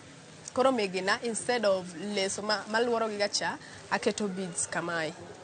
Koro kidhi e chiro kayo, kidhi yudo any products megena, gik mora mora maloso gi machal gi jogo. Kidhi yudo kiondo, idhi yudo kiondo molos gi pien moro kanyo ma brown kamae, lakini megena loso gi leather.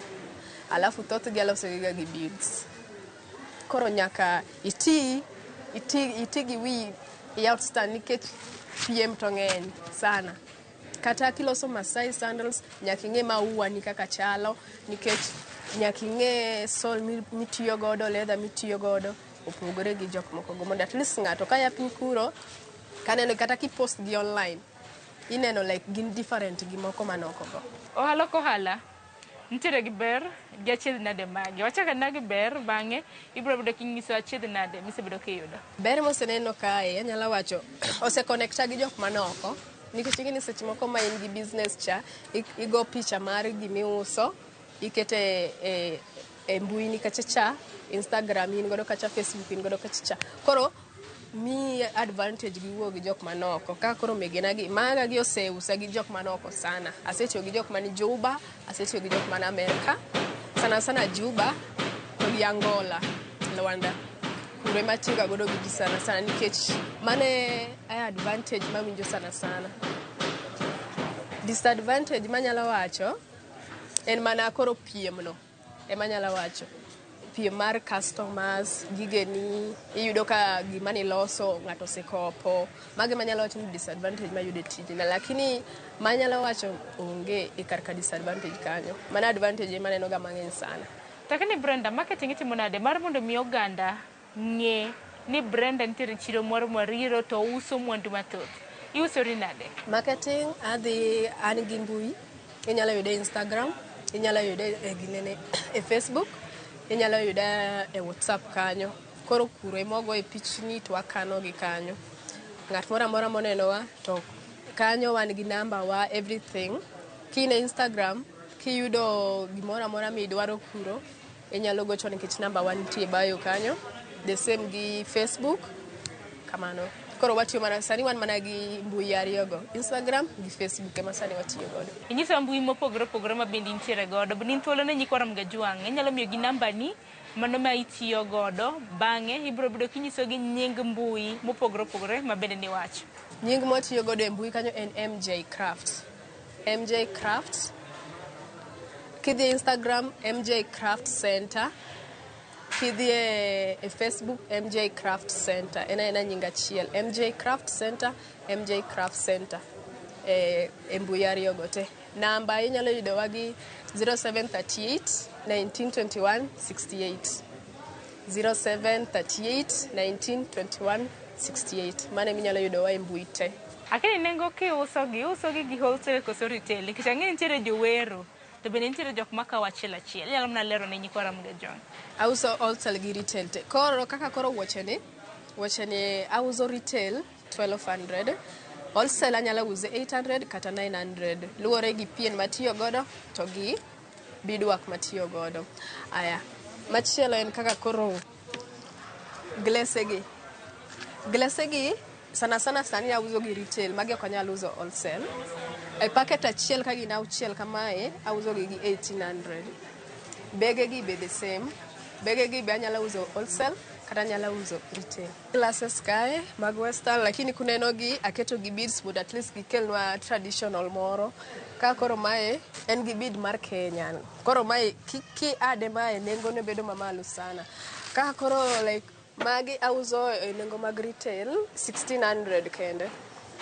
Lakini kidwaro ni mondo alos ni mari, idwaro color ni mar beads, as long as en gimoro amora mar traditional. Lakini kikel ni idwaro obed in western, nyaka obed traditional. Kidwaro mondo obed traditional, ikelo beads midwaro color moro amora mar beads, aloso ni godo ochalo kamae. Wan gi portraits kae, portraits gi be wauze nengo mar retail, wauze nengo mar wholesale. Nengo mar wholesale giyudore gi 250, nengo mar retail achiel kende en 500. Magi be wanyalo customize, wanyalo picha moro amora midwaro, kidwaro picha moro amora, iorona alosoni. Wan gi saa gi be wauze nengo mar retail, wauze nengo mar wholesale. Retail ne en 2000, wholesale ne en 15. Be nitie kaka inyalo customize, oket picha ni diere kanyo, kaka koro ineno mantukone ni en gi picha mar nyako moro moting'o okapu e wiye. Mano nobedo customize. Ng'ate mano kelo picha, to waloso, wagolo ne ginene machal kamano. Wan gi ogudu kae mag Safari Hat, kidwaro dhi Masai Mara ni moro, ing'e kuminyalo yudowa. Wan gi bides ma Kenya, wan gi Fedora Hat. Fedora Hat unyalo yudo gi e nengo mar wholesale gi nengo mar retail. Wholesale kaka koro mae wauzo 1500. Mano nengo mar retail ne. Wholesale ne wanyalo use 1000. Magi be inyalo kelo wa customize. Kala mora mar bead midwaro, kata flower mora mar bead. Flower kawacho flower bilani molos gi beads. Eminyalo kelo, like ineno flower moro maber nichwaro ni mondo lose gi beads, to ketni godo e fedora ni. Biro aloso aketo ni godo kae. Ma waluongo ni candle holder. Kineno mae glass moro mar taya moro ma nyadala cha. Lakini mae to mar candle. Wanyalo keto candle iye kae. Alafu ineno kaka deko go. Inyalo kelo mari be. Wanyalo loso ni go ma wauze nengo mar 1000 kende. Alafu wan gi uteogi gin gi tich mang'eny, alafu gimbe inyalo los gi style mang'eny be. Kaka koro mae adaloso house deco, like wall. Onyalo bedo mar wall, alafu be onyalo bedo sa. Onyalo bedo sa kaka koro mae sa inyalo kete ukuta ni, to pod onyalo bedo ni wall deco. Koro kaka koro mae, lakini mae to kadhi keto sa, ma da keto mana kelni gi koko luore kamae, alafu aketo moro iye kaka koro inena aketo mathisni. Eto to koro gidhi bedo mang'eny, gidhi bedo gik moko pairs 4 kamano. Gito to koro gin mana mar wall, ok gin mar sa kamae. Mar sa ni to nabiro ga biya mondo aket gimoro diere kanyo. Koro ma be sa ma wauze kaka koro gin ni, mae gi nyithinde gi te inyalo yudo gi e nengo mar 1800. Kaka ineno gi ni te gin 1800. Iyudo gimoro maber ma kata ka ng'ato biro nene odi to penji ni mati golo kae nikech ma ok wanen ga ka nikech be kiwuotho e chiro kae ok idhi yudo gini magi mabiro gode wiyane maketo kibiro e chiro ka ok idhi yude nyaka yude mana ira kae. Wan gi sandals kae mag nyiri sana waloso mag nyiri waloso mag chuo lakini chuo sana ok walos gi nikech chuo mang'eny ok ohero ga gige beads koro gito to ka gineno megegi ginyalo biro gin waloso negi ka gikelo order no en gima ok walos to waketo kanyo nikech kwaloso kwaketo kanyo dhi bedo dead stock inyalo bedo gi sandal on kanyo almost 1 year ka onge ng'ama moro amora momule koro mag chuo waloso ga gi order mag nyiri ema waloso ga kamae koro wholesale mar nyiri gi inyalo yudo gi e nengo mar 800 kata 900 luwore gi flower base ne kaka olose gi sol motiego. Retail inyalo yudo gi to 1200. Wan kod gi mang'eny kae, wan gi magi gin ga type mopogore opogore. Wan gi gladiator to wan gi sandals. Koro mag gladiators gi nengo gi bedo ga mamalo sana nikech luwore begi like pesa magitiyo godo e los opogore ga pesa motiyo los godo ma opogore gi pesa motimo los godo ma bedo ga ma cheap sana kiloso molo mae. Koro mae yudore ga gi 13. Mae be opogore gi mae. Gladiators ariyo gi opogore. Kineno flower mar mae oduong sana. Alafu flower mar ma otin. Mae iuzo gi nengo mar 13, mae iuzo gi nengo mar 15 nikech flower base ge. Machielo wan gi bege kae. Magi be wauzo nengo mar wholesale, wauzo nengo mar retail. Olos gi pien, to olos gi kiondo. Kaka koro ma retail ne en 1700. Luwore gi quality mare. Kaka inene ma pien gi minyalo tiyo godo yani inyalo tiyo godo muda kapok oyiech kapok yani okethore ena sawa. Koro momiyo ineno wauzo 17. Retail inyalo yudo gi 1500. Ma be pien. Ma pien mar dhiang' cha. Kinene gini nyalo bedo godo higa kapok okethore owach ni yes lokore monyalo lokore lakini kose lokore be inyalo kele wachak waketo ni godo nitie moro kanyo mwawire moduog mobed gimoro manyien malo gi wauzo 1500 nengo mar retail inyalo yudo gi 13 kata 1000 luwore gi pien moti kode gi be ma iluongo ni makuti basket sana wahero ga wan nyiri wahero ga tiyo kode e beach koro ineno kaka lose en gi lining e iye marateng' minyalo keto godo gimoro kata luwore gi gimoro amora miketo iye kae lakini as long as gino nie iye kae en gi wiye ni inyalo tiyo gi kamba tiginene itwe godo to bedo gimoro ma superb minyalo ting'o alafu inene en gimoro ma jaber inyalo dhi godo kumoro amora inyalo dhi godo e kanisa kidwaro inyalo dhi godo e beach lakini wan wahero ga dhi kode e beach magi mag beach lakini inyalo yudo gi e nengo mar 15 wholesale inyalo yudo e nengo mar 13 wan gi nylon bag magi okiondo magi ok otigi ginene gi sisal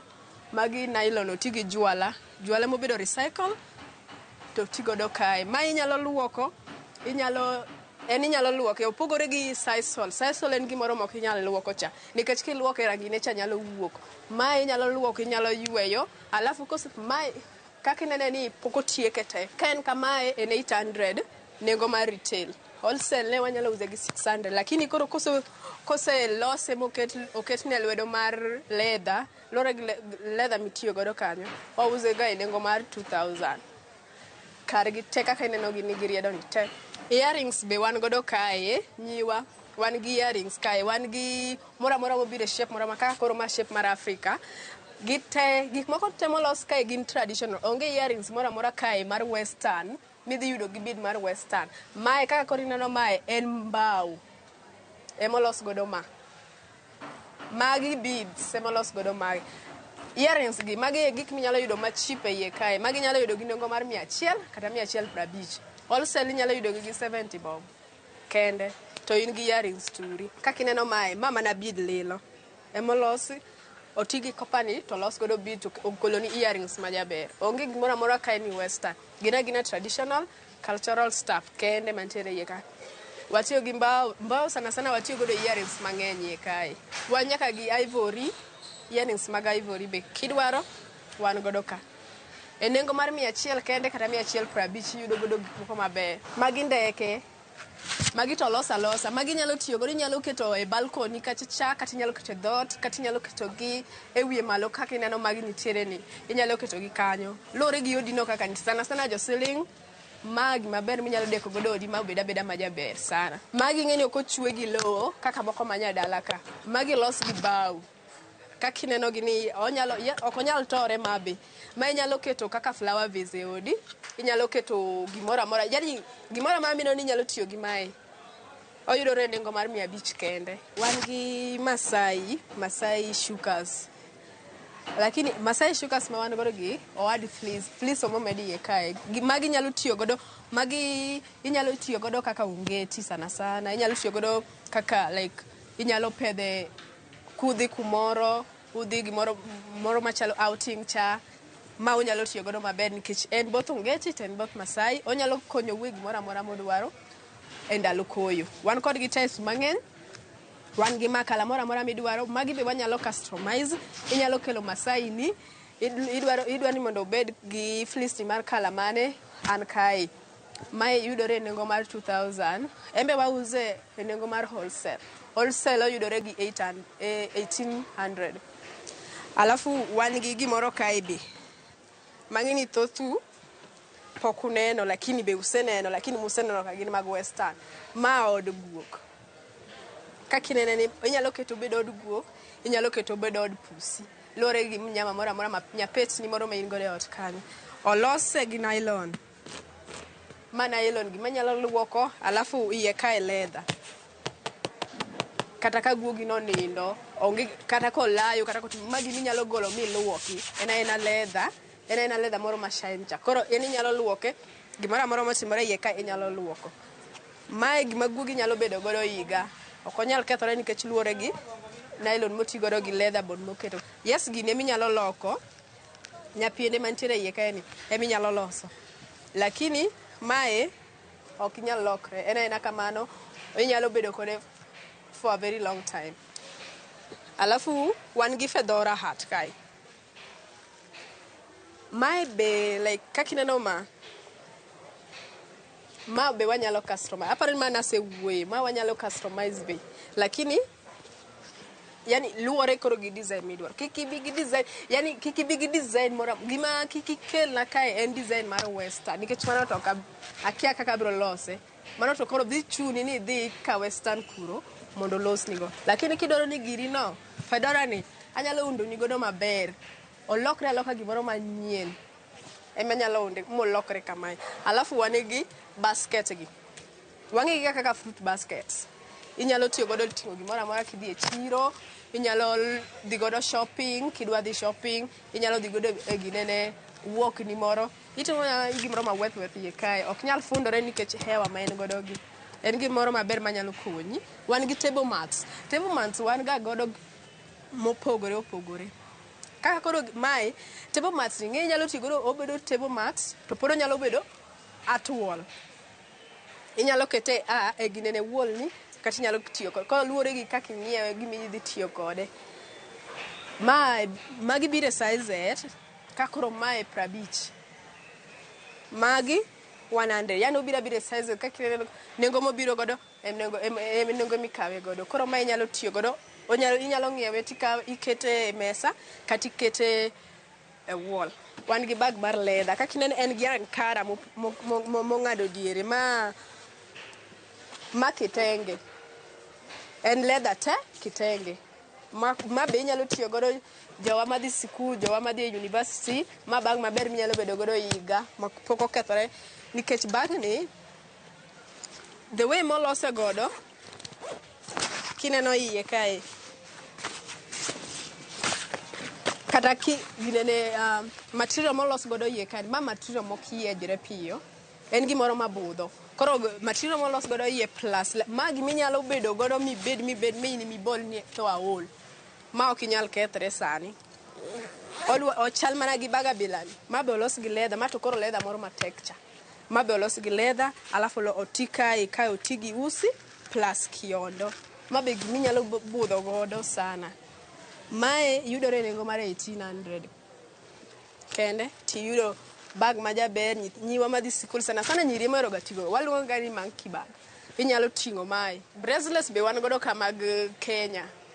wan gi bracelet ma Kenya kae kidwaro design bire different mopogore yani design mopogore opogore koro in be kidwaro alose machal kama kana kidwaro alose machal kama ma uso gi nengo mar 1500 retail wholesale anyalo uso ni godo gi 1300 mae hauze nengo mar retail 1400 wholesale anyalo uso ni godo 1000 kata 1100 luore gi design midwaro mar ankara ni kaka keti kata design mar beadwork ni kata gi flower nene ka in gi kikapu mari koro in mi ibro nyisa ni idware na alose mae kata kusalose mae alafu kitenge no idware no bed kala mane in tich ma tich keto na kikapu kanyo nyisa ni adwaro design ni los na godo machal kamae tibro yudo kikapu ni bells be wan godo kae magi gige leather mag chuo wan gi gige ube kae yes so kwanya loso sandals nigi sandals ukudwaro gi e kor kuyudo gi gin gik moko ma kudwaro to wayudo ok ni ubro yudo kanyo koseketi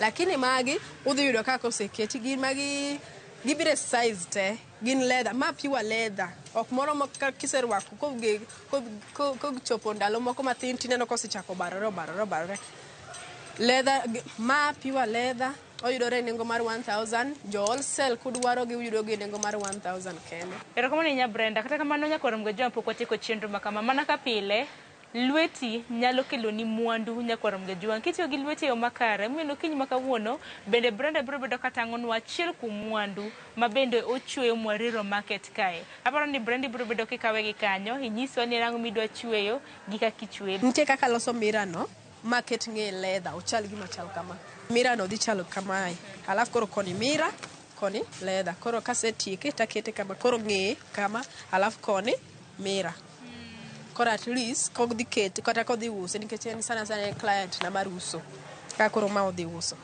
koro ka en kodhi odhi use nengo maine mong'eyo ambe antie nengo kae gima kwaye mana pesa leba kende nikech gidongina gik moko te gi megene koro mama na pesa leba ne kende wadalo so mira wall walunge gani ring mira ko kete gini koro wachako ga gi pime ka koro mae wayude ni en 45 centimeters wachako gi bodo mae mikete ng'eye mikete iye I mean kisekete kama ting'ado iwene distance midhi kuoye go be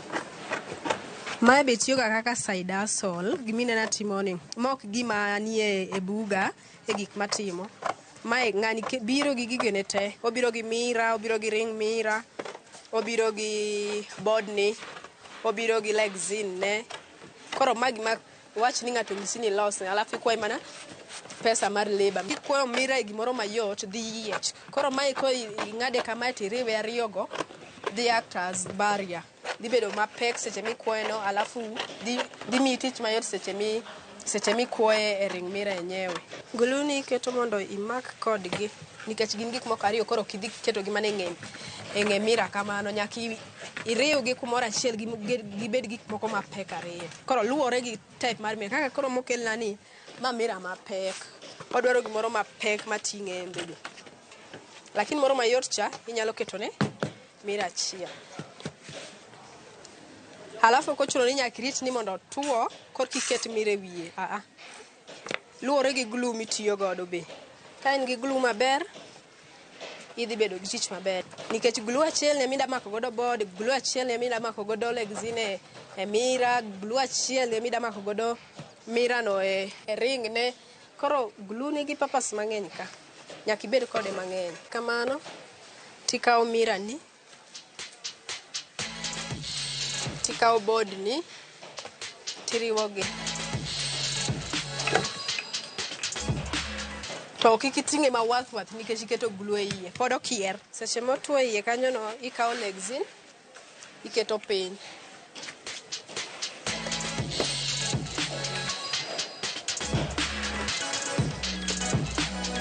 tich mar legzin ni onge tich mang'eny lakini obedo ga kaka urembo nikech ing'eni ok inyal kawo mira ni tikete ring mira ka ng'e chal kamae mano ok beauty nene ok dhi neno sana.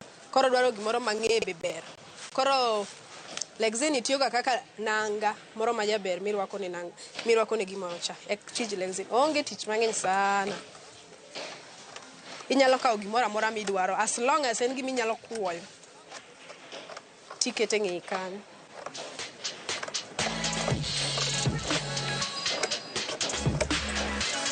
Bethene gi ting'ado mondo gipimre. Seche mira keto Lexin gipimre mondo kata seche mani kuocho ikuoyo gimoro mok ni ati sindan nyono kae to sindan nyono kachicha. Iketo gimoro mapimore makiketo kata kiketo sindan kuocho bedo mayot. Kiseketo kama ting'ado Lexin. Lexin seche ming'ado Lexin make sure ni saming'ade no onyalo en gi spacing manyalo umo board ne. Nikech ing'eni tich en tich beauty kae koro en oumo mana gini kama.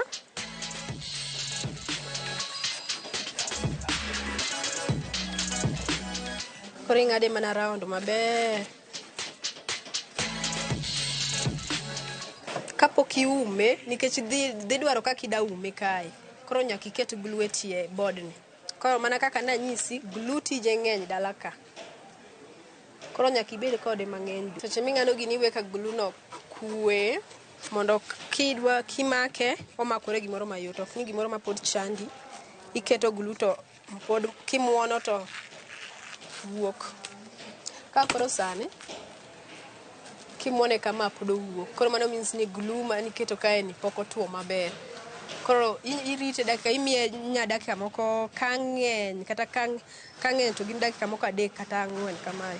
Alafu nitie glue moko be ok inyal kete e board kende. Nyaka iketgi e board to gi Lexin. Koro ka nyalo makoni maber.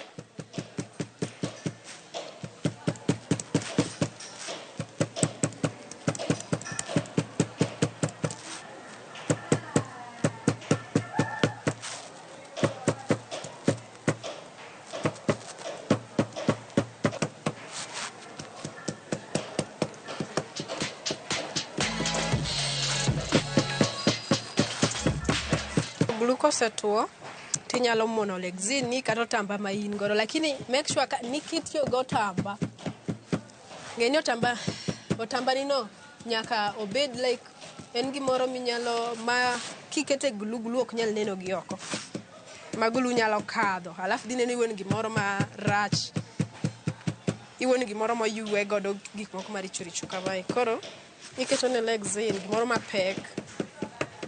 Kosebedo kamano tichaki kawo glue. Make sure ni in gi glue mang'eny kidwa loso ring mira. La sivyo idhi loso gimoro ma dhi wuok e sechege.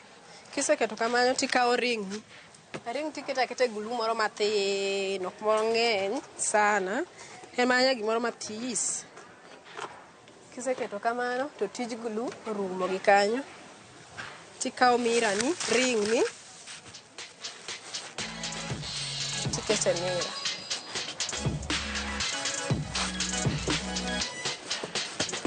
Nikech koro idwa ni mondo ikuoye nikech ok inyal weye gi glue cha kamacha cha. Mira gima pek koro obvious nyaka iket gimoro e ng'eye kanyo ming'eni nyalo make kata kikete ukuta imanyo usi moro matek. Koro kuma wachope ni nyaka koro wakuo gini mondo omak ring ni nikech kiweye kaka niseketo ne godo ginene cha niseketo ne godo glue cha ok inyal weye kama nikech seche moko nyalo wuok. Ok kata ni seche moko wuok nikech kata kamae kuma inene ni pod owuok awuoka. Koro obviously nyaka ichwe matin mar make. Kaka koro ma nyalo kawa gimoro seche 10 kama nikech ichwe mana kae gi kae. Alafu ing'in nyaka ichwe mogik moro kae. Alafu chwe be tek nikech gini tek. Koro ing'iyo lweti be nikech kae be inyalo ya ka in gi stitches mang'eny e lweti. Kaka koro client na ni achweyo ne mare ni gi fish line nikech en mar kala. Ok inyal tiyo gi black kae nikech black dhi nenore piny ka. Kuma ichweyo godo. Koro nyaka iti gi fish line gima ka at least ok nenre sana. Nikech ma beauty. Kendo kiketo beauty moro e wiye idhi ketho. Gini ka en kamae te iluonge ni ring mira. Inyalo kete e odi kanyo, inyalo kete e sitting room nikech en beauty. Kaka ineno kaka koro mag colours gini, mok gimi inyalo dhi pando. Ma gimi keto e sitting room. Otiyo maber e occasion mang'eny. Weddings gini go inyalo tiyo kode maonge mira ni.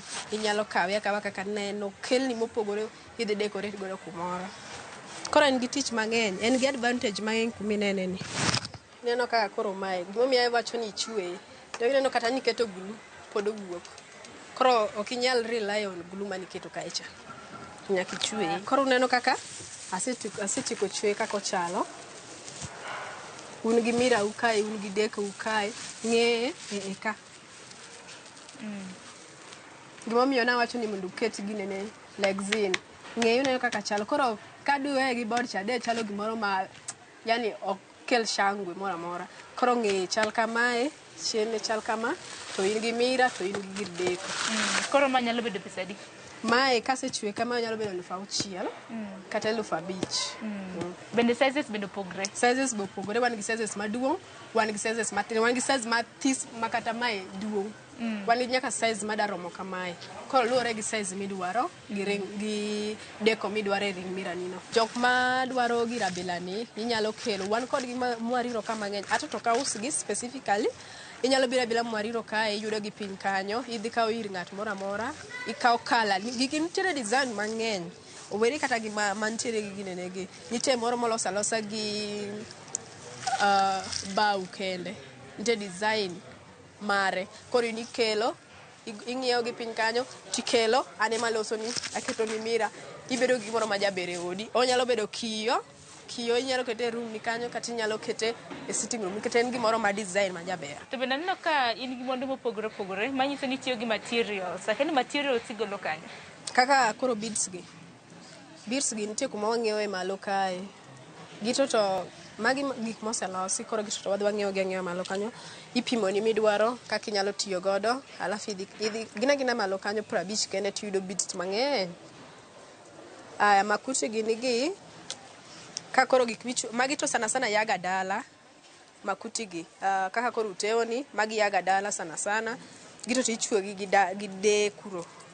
Makuti, anything, makuti gine uteo to gi makuti. Alafu wan gi kiondo gi, magi be iyudo piny kae, lakini magi tiyudo mana ka de obedo kanyo chwe kendgi. Iro to gichweyo to idhi adhi to ing'iewo. Koro materials mwatiyo godo sana gin ga mana gik moko mayaga ka koro makuti gini gi, yes ichwe gi ka, lakini idwaro moro ma ochwe gi lwet dayo cha. Mago to koro idhi ne gi dala. Sana ma kaka koro mantiere kanyo no, mano to noya siaya. Nikchani no ka ichweyo achiel kuom oteo mabindi tiyo, lakini ka otendo maromo nade mar chwecho? Mae anyalo tieko e odiochieng' achiel.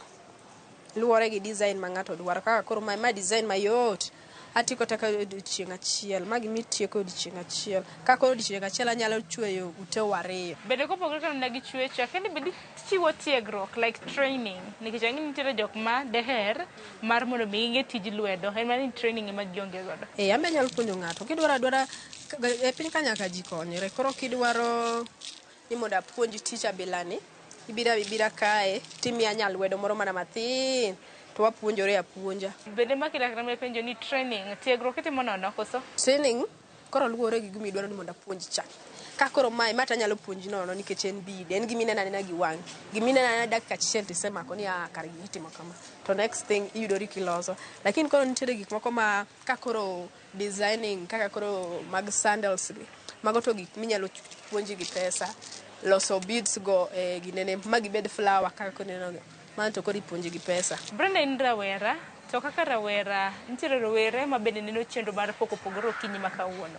Ote manen ma dibedi godo ne rowere, ahinya ka luwore kod kit pok ma gin godo. In mari, kendo ni yuto. Samoro nitiere rawera oko kata mosomo, nitiere gi oboke, to onge kata mna tich. Kotenre kod pok mare. Gima nyalo nyiso jo-youths wege wagi.